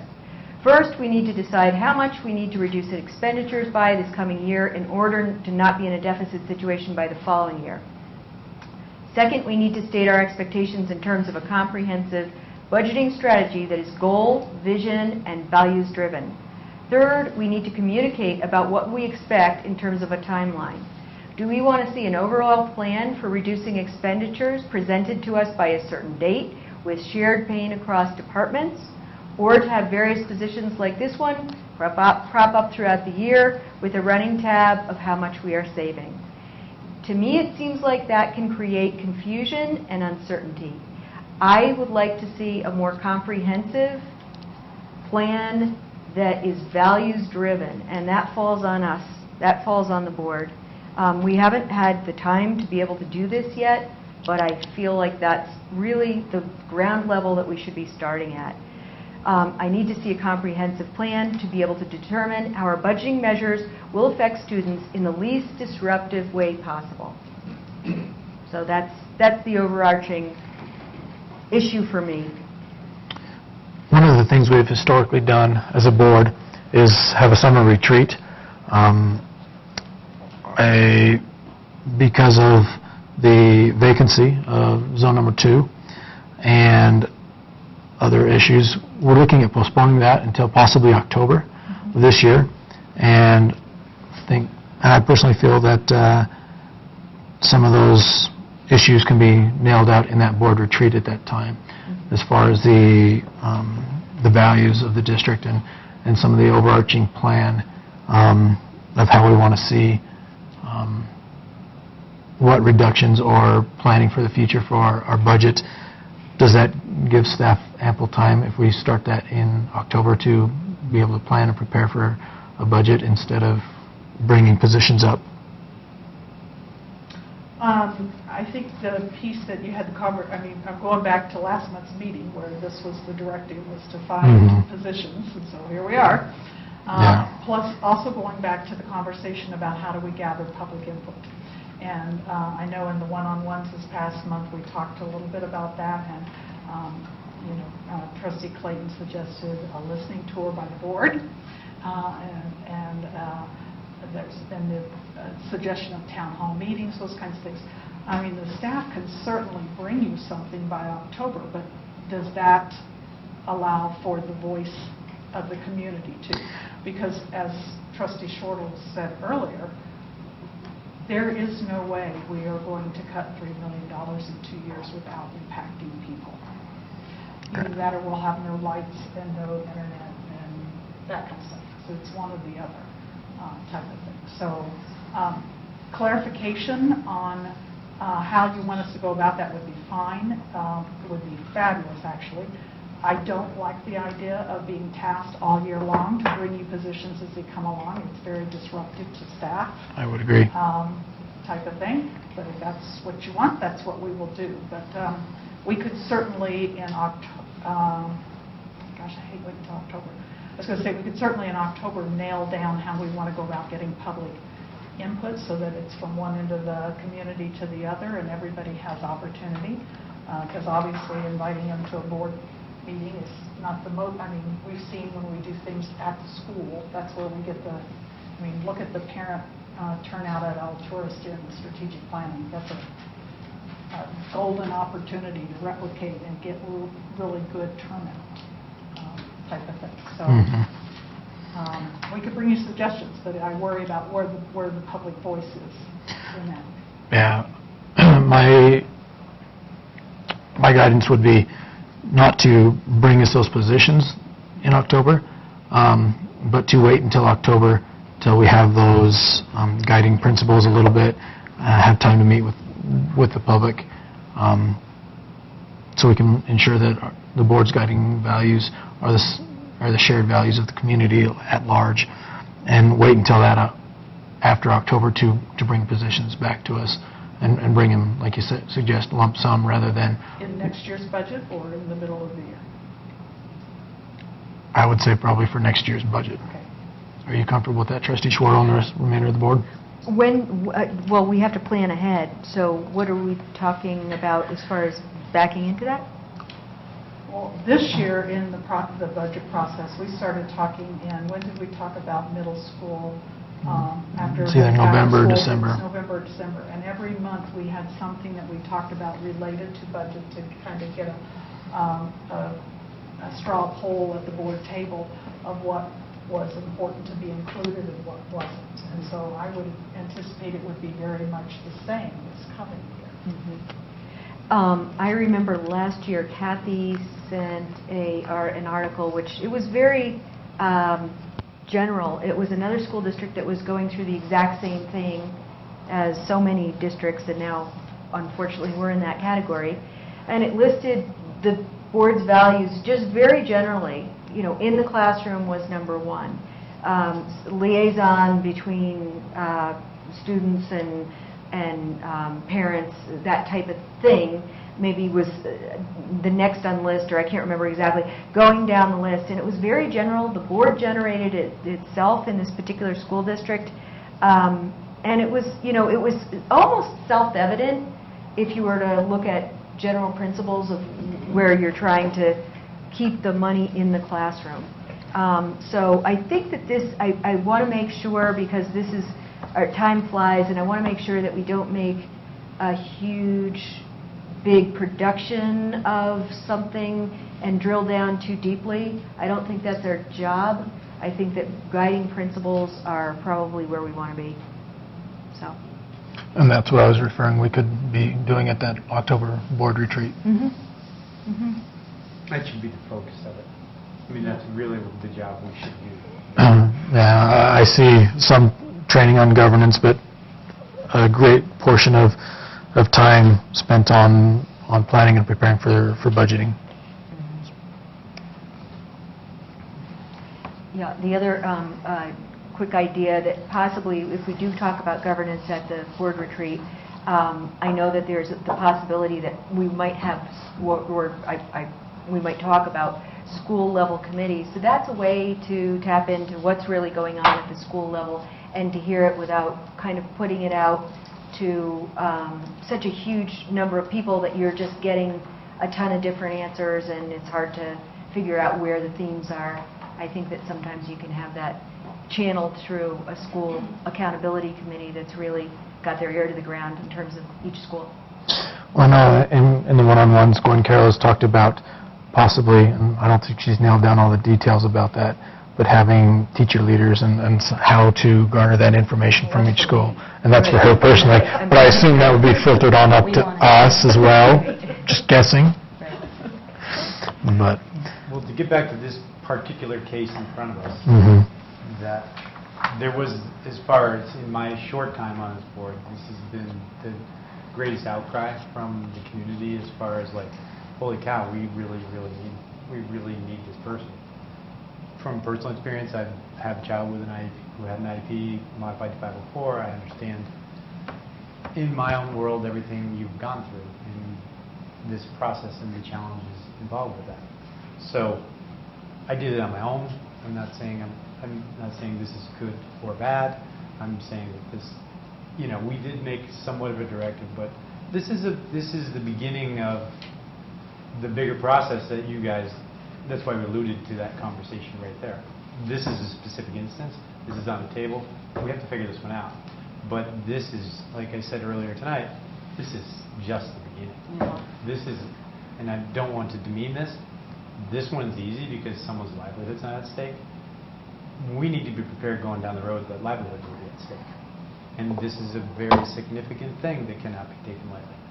And I just saying what I feel. I really Mhm. don't know what my point is other than tighten your belt. It's not going to be fun. It's not going to be fun. Yeah, and from my perspective, specifically with this position, I want to ensure that we are still providing these services, whether they're a duplication or if the advocacy has not been in the job description, but that's actually what's being done. Does it make more sense to change the job description or cut the position to allow for us to continue to offer services that are being requested and are needed? But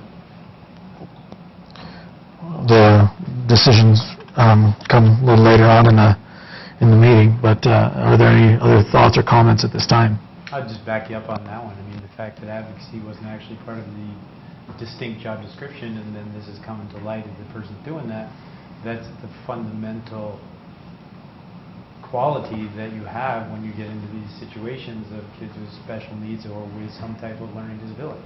The advocacy is the crux of it, you know, and it's like, I don't know if we have, I mean, there's obviously some great personal sentiment towards this person, but I'm not really certain what our mechanism is right now.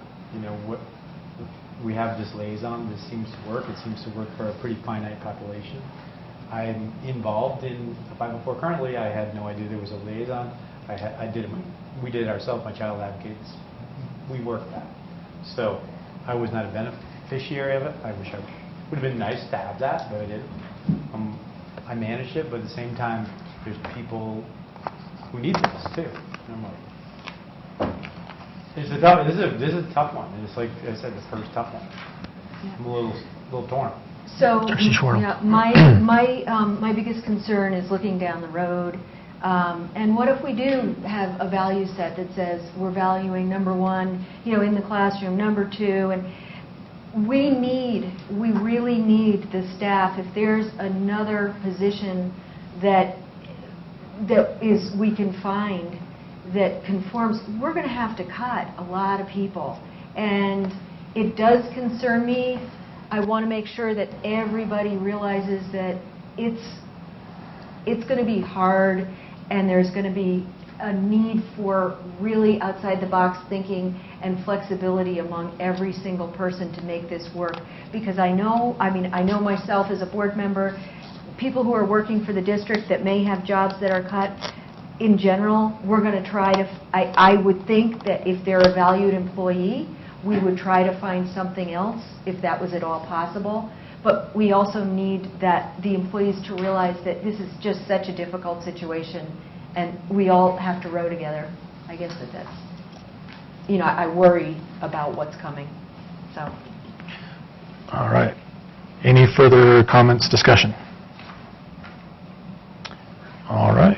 We'll go ahead and move forward with the second section of public comment, and we'll begin with Ms. Janet Dennis.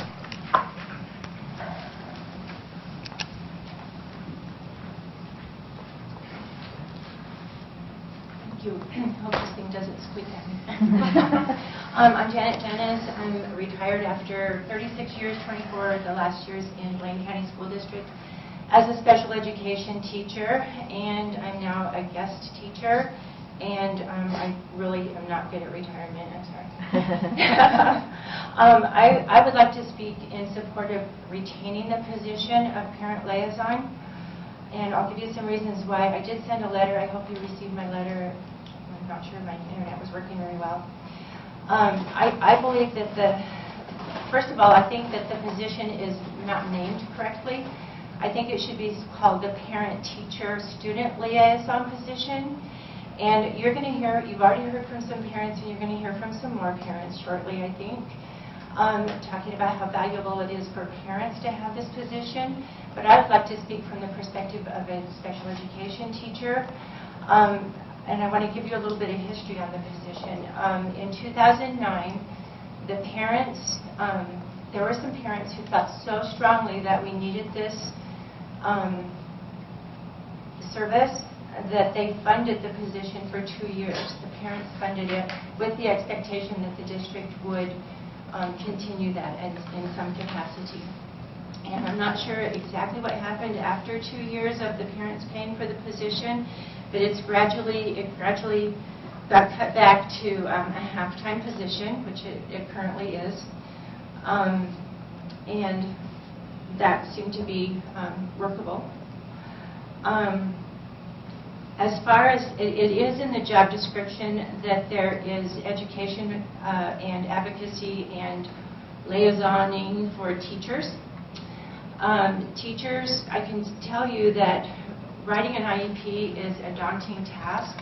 The laws are ever changing. The software that we're given has all kinds of perks and then it changes, and it's tough to be a special education teacher.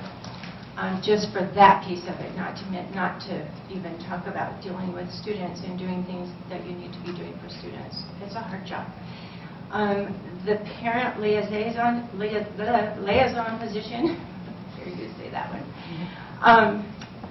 also has helped so many teachers. I've heard from, I know personally, and I've talked to 2 teachers who were helped tremendously by Kelly Choma in learning how to write an IEP as a novice teacher, and also as a teacher coming into Idaho from another state where the laws are different and the software is different and everything's different. It's overwhelming.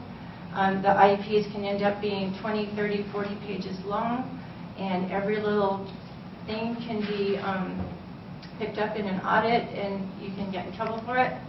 And it's so helpful to have somebody in Kelly Choma's position that knows the law, that is keeping up with the latest changes in the law, and is approachable, and that you can talk to her and find out, what am I supposed to do with this thing? I can also tell you, I can't be specific about it because I really don't know the specifics, but I can also tell you that because of her expertise and her doing such a diligent job of communicating, that she has prevented the district from lawsuits.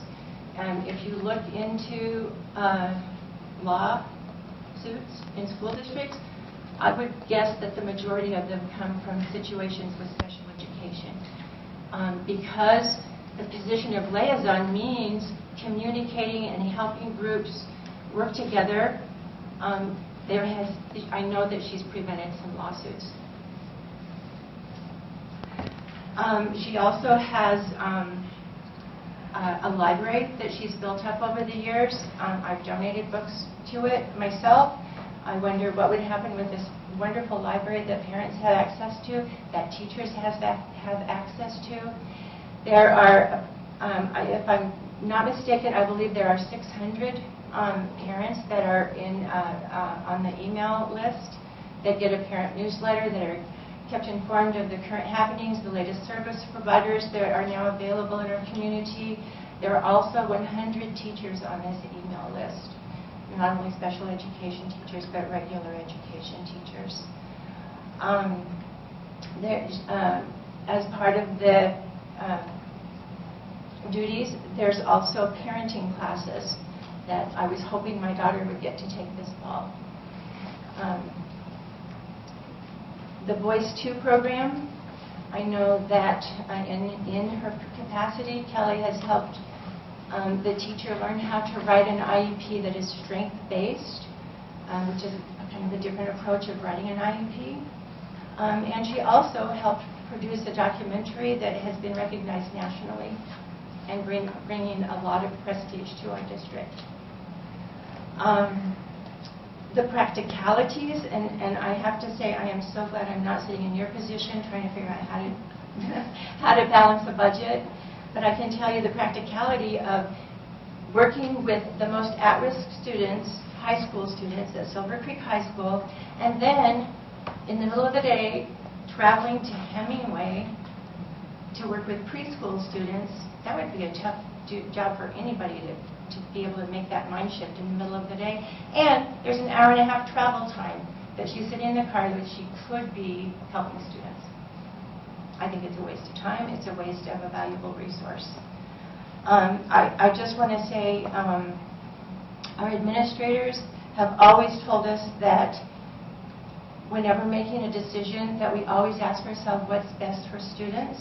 And I think if you ask yourself what is best for our students, that you will retain this position. And thank you very much. Thanks. Miss Brittany Shipley.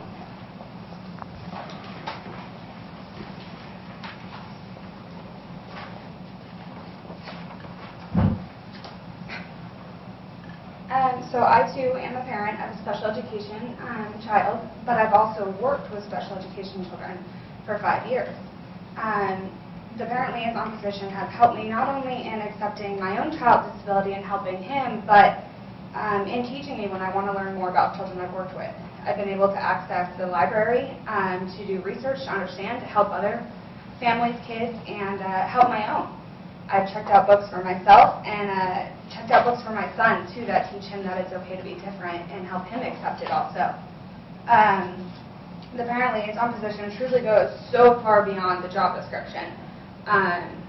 Walking into an IEP meeting is daunting as a parent. You have a room full of people who, yes, are there to help your child, but a lot of it talks about where your child falls behind. So it comes across negative even though it's not meant to. Having even one person like a liaison there makes a difference in how you feel. You don't feel like you've been bombarded and overwhelmed. It's easier to accept it.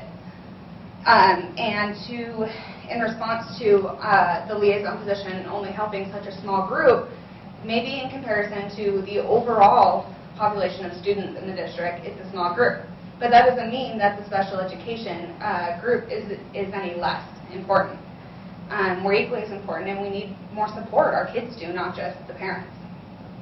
I think that, yes, maybe some things cross over between the job description and maybe a case manager or parent liaison. However, I believe strongly that case managers have a lot on their plate, and the parent liaison makes the time to explain things to you that maybe your case manager doesn't always have the time to get around to. I believe it would have a very, very negative impact on our school, or on our families in the schools that need the support. It's not just special education kids, it's kids with allergies who need support. It's the night classes that anybody can attend and just get a little education if you want to work on things at home. I know I myself have taken several classes, and then beyond that, I've gotten help and support from her as far as printing out things to use in my own home with my child. That team and group approach really makes a big difference. I believe strongly that getting rid of this position will really have a negative effect on several of our families, and they'll feel lost. She currently really helps to give outside resources too if a family's struggling. Here's some support, here's some help, here's some people you can talk to or go to get help. And currently case managers don't do that.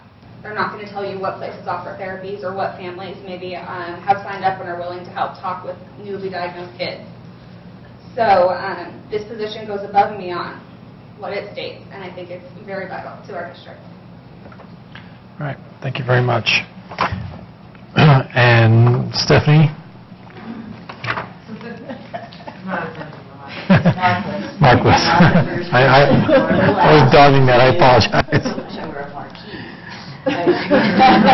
Yeah, my name is Stephanie Marquis, and I live in Zone 3. I have a 7th grader at the middle school and a daughter in the Voice 2 program. And obviously, I'm here to speak to you in regard to the proposal to eliminate the Parent Information Center. I'm going to read part of what I will say comes from an email that Dr. Holmes and I shared just yesterday. And in that email, I stated that I could not disagree any more strongly with the assertion that the parent liaison position has been determined to have minimal impact on students and in many ways a duplication of services. I was surprised by this comment as it is in direct opposition to a conversation that took place at the listening tour meeting with Dr. Holmes in the children's first meeting last October. I did request a copy of those minutes to refresh my memory, but was denied and told that they were confidential. if my memory serves me correctly, we emphasized at that meeting how valuable Kelly and the services she provides as parent liaison are to us as parents with children with disabilities. Kelly, you've heard how wonderful she is. She's awesome. It's not necessarily about Kelly. It's about the position. But she is the one person within the school district that we as parents with children, with children with special needs can go to and count on to get the whole picture. And just to repeat what everybody else has said, she knows our children individually. She understands their personalities, their needs, their learning styles, their strengths and weaknesses. She understands and guides us through IEPs, disability laws, regulations, and benefits. She provides us with resources inside the school and out in the community. I think there may be a little bit of misunderstanding about the advocate word. Kelly does not advocate for our children specifically. She teaches us how to advocate for our children.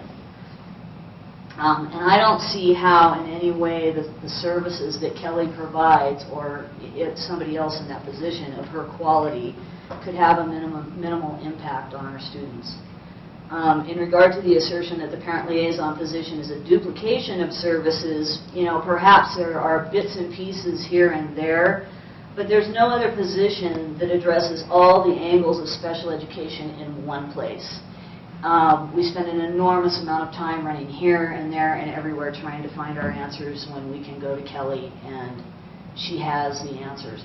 You indicated that you weren't even aware that the Parent Information Center, was a resource for you. I think that's an issue. I think that's a problem because people don't know. I've talked to multiple parents and I've said, hey, if you talk to Kelly, she can direct you, she can put you in the right, she can tell you where to go, and they'll say, who's Kelly and what's the Parent Information Center?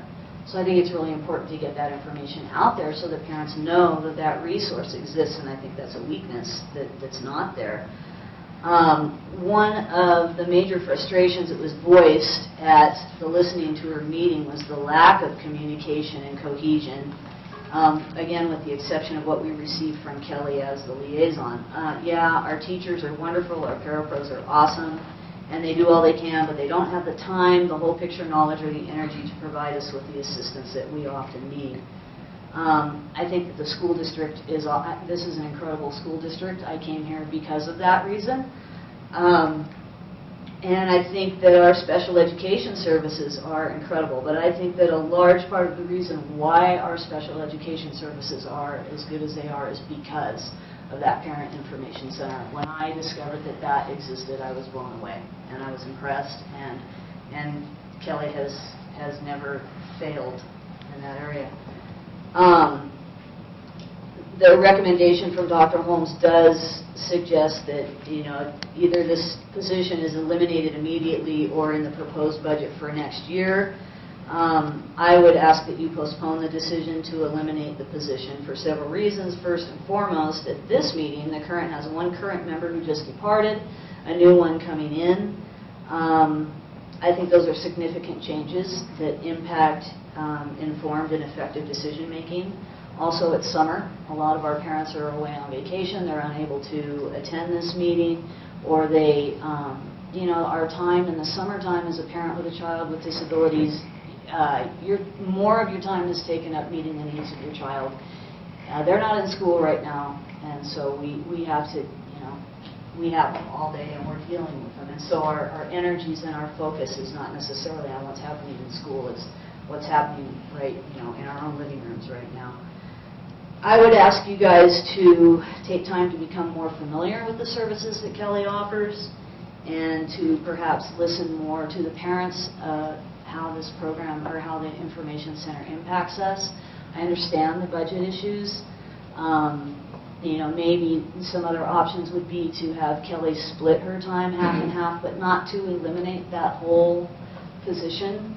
And I think some of that happened last year when she, was spending some of her time in Silver Creek and some of her time in the Parent Information Center. So maybe there's a compromise there where we could do half and half and not have to eliminate this resource that is really important to all of us and very valuable. So, thank you for your time. Thank you for your comment. That's all the requests I've had. Out of courtesy, we'll ask if there's anyone else who would like to make a public comment at this time.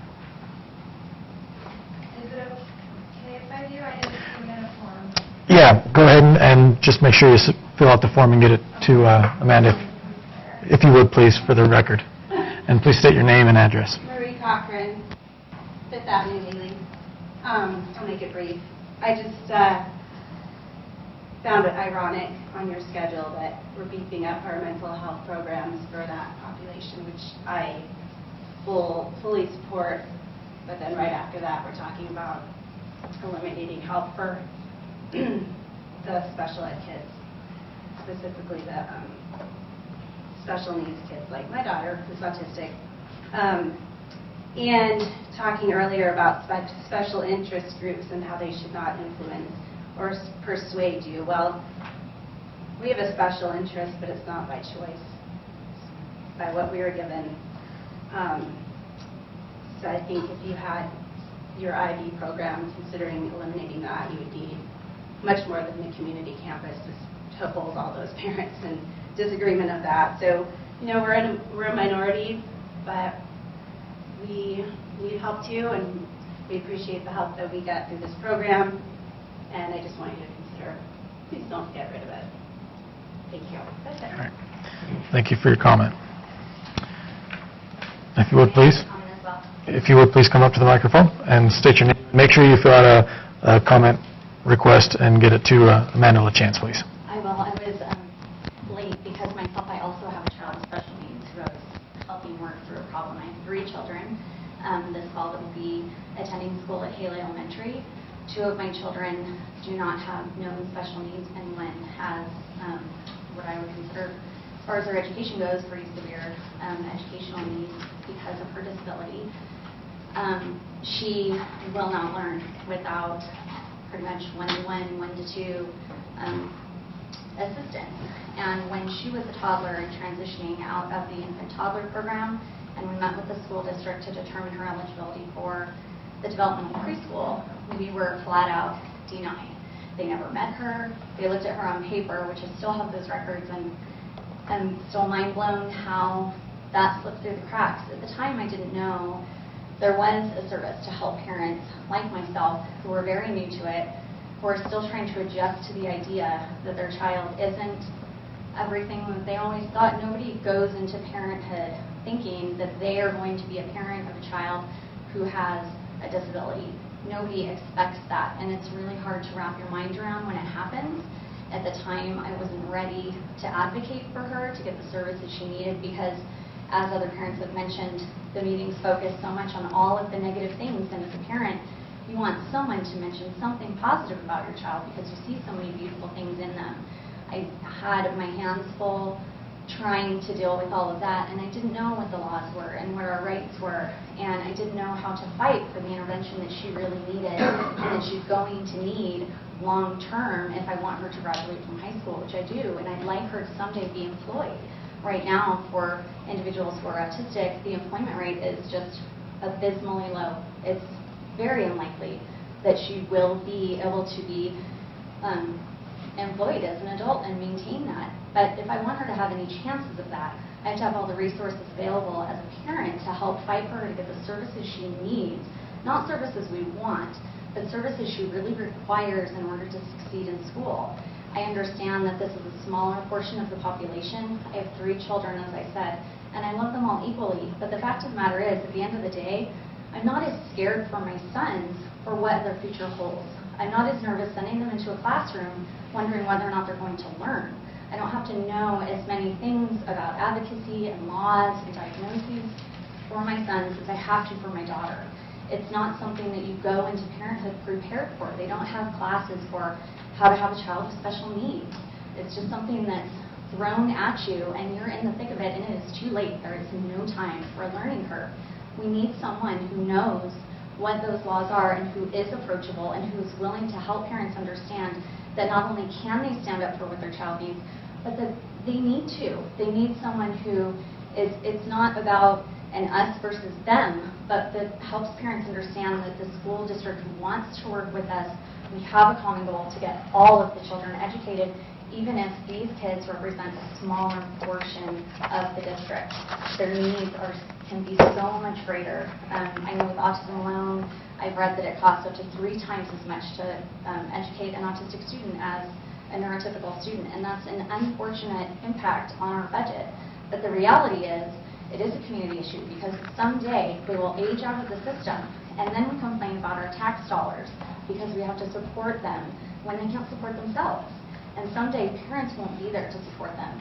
So it impacts us long term financially because these kids need their education, they need these services so they can be employed and have a less, likely, I'm losing my word that I'm looking for, but so that it's less likely that they're, utilizing tax dollars as adults so that they can be as self-sufficient and as productive as members of society as possible. So I would just like to encourage you to consider and perhaps look through some of, you have said that you are familiar with some of the forms, going through some of what we really are faced with as far as getting these services for our kids, having someone from Medicaid that can be in the classroom with them or out on field trips with them or even outside of school, as other parents have said. Just the summer alone is a huge change and it's hard on our kids. So these are services that we really do need. It's not about something that we just want. It's not an extracurricular or a privilege. These are things to help us know how we can help our children get the education that they are entitled to under the law, just like the rest of our children get. Thank you for your time. All right. Thank you very much. All right. Please, if you would step up to the microphone and state your name, and make sure you fill out a request. Hi, I'm Julie Evans, and I am the proud mother of a daughter who went from kindergarten through 12th grade at Lane County School District. She's now in nursing school in her first year. But during high school, she had some chronic and serious health problems that were unanticipated. Imagine my blessing when I found myself working right next door to Kelly Choma, who as the parent liaison at that time helped to guide me as a mom to what was out there. I came into Lane County School District not really knowing what a 504 plan or an IEP is or was. You kind of find those things as a parent when you need them. And I can tell you that it's because of Kelly, in large part, that my daughter was able to graduate from the school that she wanted to, and to find, maybe not directly with Kelly, though Kelly did work with her directly, but it's through parents that our children are touched and moved directly. It's through the teachers and through the adults. Kelly always presented options. One thing I always appreciated about her is not only a coworker, I had the privilege to observe her with many, many families and to back her up in that library. But I always appreciated that she never had an agenda for anyone. She was extremely knowledgeable, is extremely knowledgeable, and she presented resources. And then it was up to us as parents who were very frightened at that time, vulnerable, confused.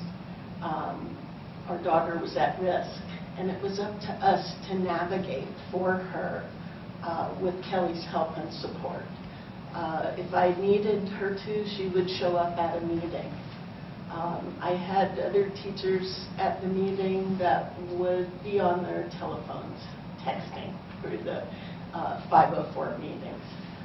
She made it a point to get to know my child, to get to know what her needs were, just like the other parents here tonight have shared with you. I always considered Kelly a community treasure. And I wondered why she was in the back of an office in a building far away where parents didn't know about her. I don't think I would have known about her except that I became a coworker. you have such a valuable asset.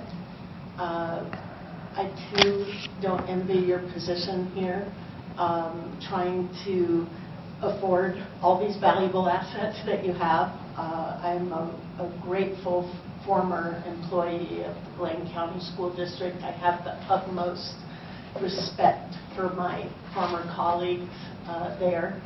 And today I am a special education teacher. I am a student support coordinator at the Syringa Mountain Charter School.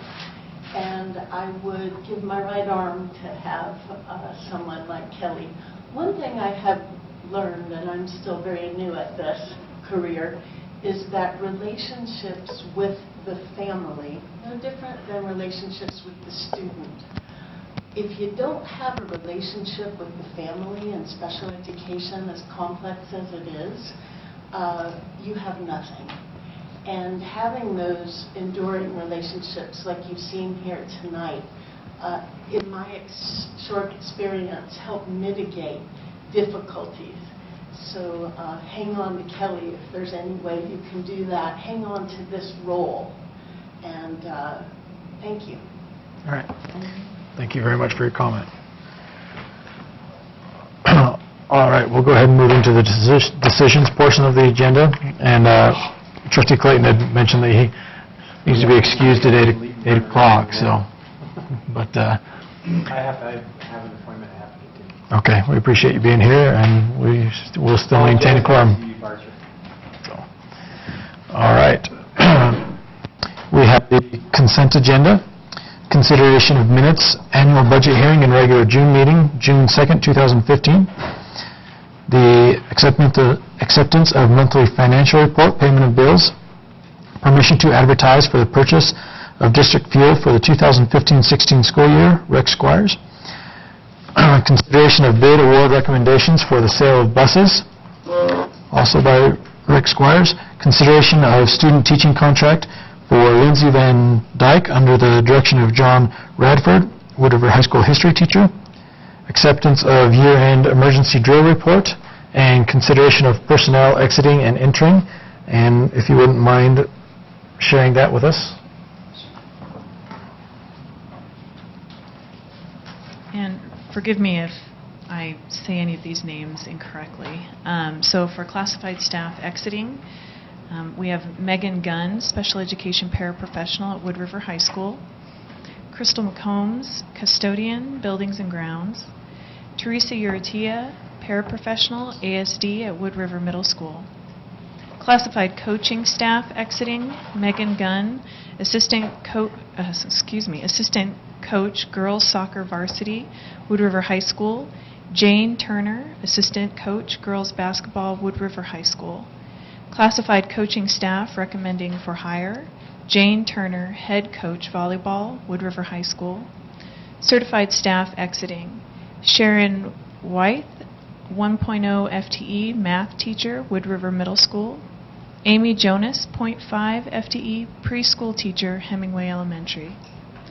Certified staff recommending for hire, David Letterman, 1.0 FTE dual immersion teacher at Alturas Elementary, and Rosalind Leon, 1.0 FTE bilingual Spanish DI teacher at Alturas Elementary. All right. Do I hear a motion to accept the consent agenda as read? I'll make that motion. I will second. Any discussion? All in favor? Aye. Any opposed? Consent agenda passes.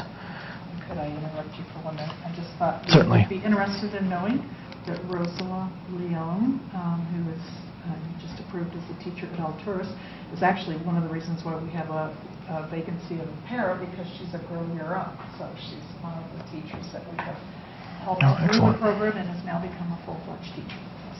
Excellent.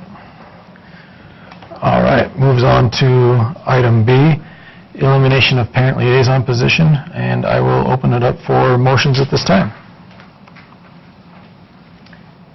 I'd like to make a motion that we do not eliminate the parent liaison position at this time, and that we look at what we talked about before, which is a comprehensive strategy instead of a piecemeal strategy. So the board is looking at this as a holistic system. Can I interpret what you said? To maintain the position for the 15-16 budget and revisit during the 16-17 budget year? Correct. Based on the criteria that we Yes. come up with at our retreat. Exactly. I totally agree with that. So we have a motion and I'm assuming a second? Okay, any discussion? All in favor? Aye.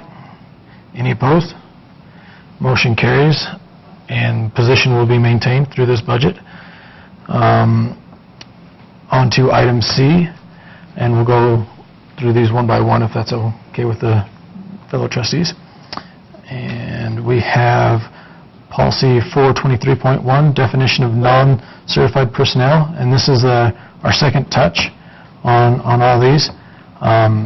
So do I hear a motion to approve policy 423.1, definition of non-certified personnel? I'll make that motion. Second. Discussion? All in favor?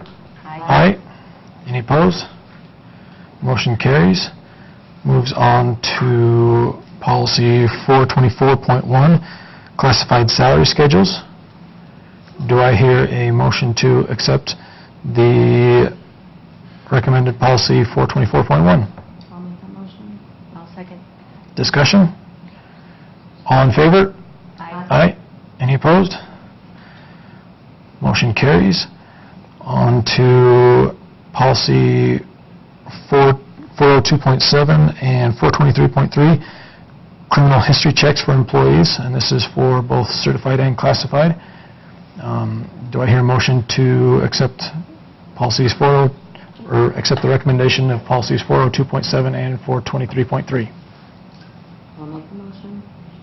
I'll second. Any discussion? All in favor? Aye. Any opposed? And do I hear a motion to accept the recommended policies 402.7B and 423.3B, reporting of criminal offense? I'll make that motion. You can make it. I'll make the motion. I forgot where we were. Go for it. I second. Motion. You can do the next one. Okay. Okay. Any discussion? All in favor? Aye. Aye. Any opposed? Motion passes.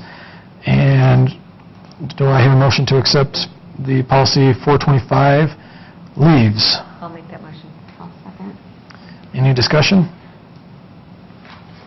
All in favor? Aye. Aye. Any opposed? We should have just done this lump sum. I think so. Okay, fine. Do I hear a motion to accept policies 425.1 and 425.4? I'll make the motion. I'll second. Any discussion? All in favor? Aye. Aye. Aye. Any opposed? Motion carries as well, which brings us to the end of the consideration of policies and brings us to items the board deems necessary. Anything at this time? All right. Do I hear a motion to adjourn the regular July board meeting? I'll make that motion. Second. All in favor? Aye. Aye. Any opposed? Meeting adjourned at 8:20.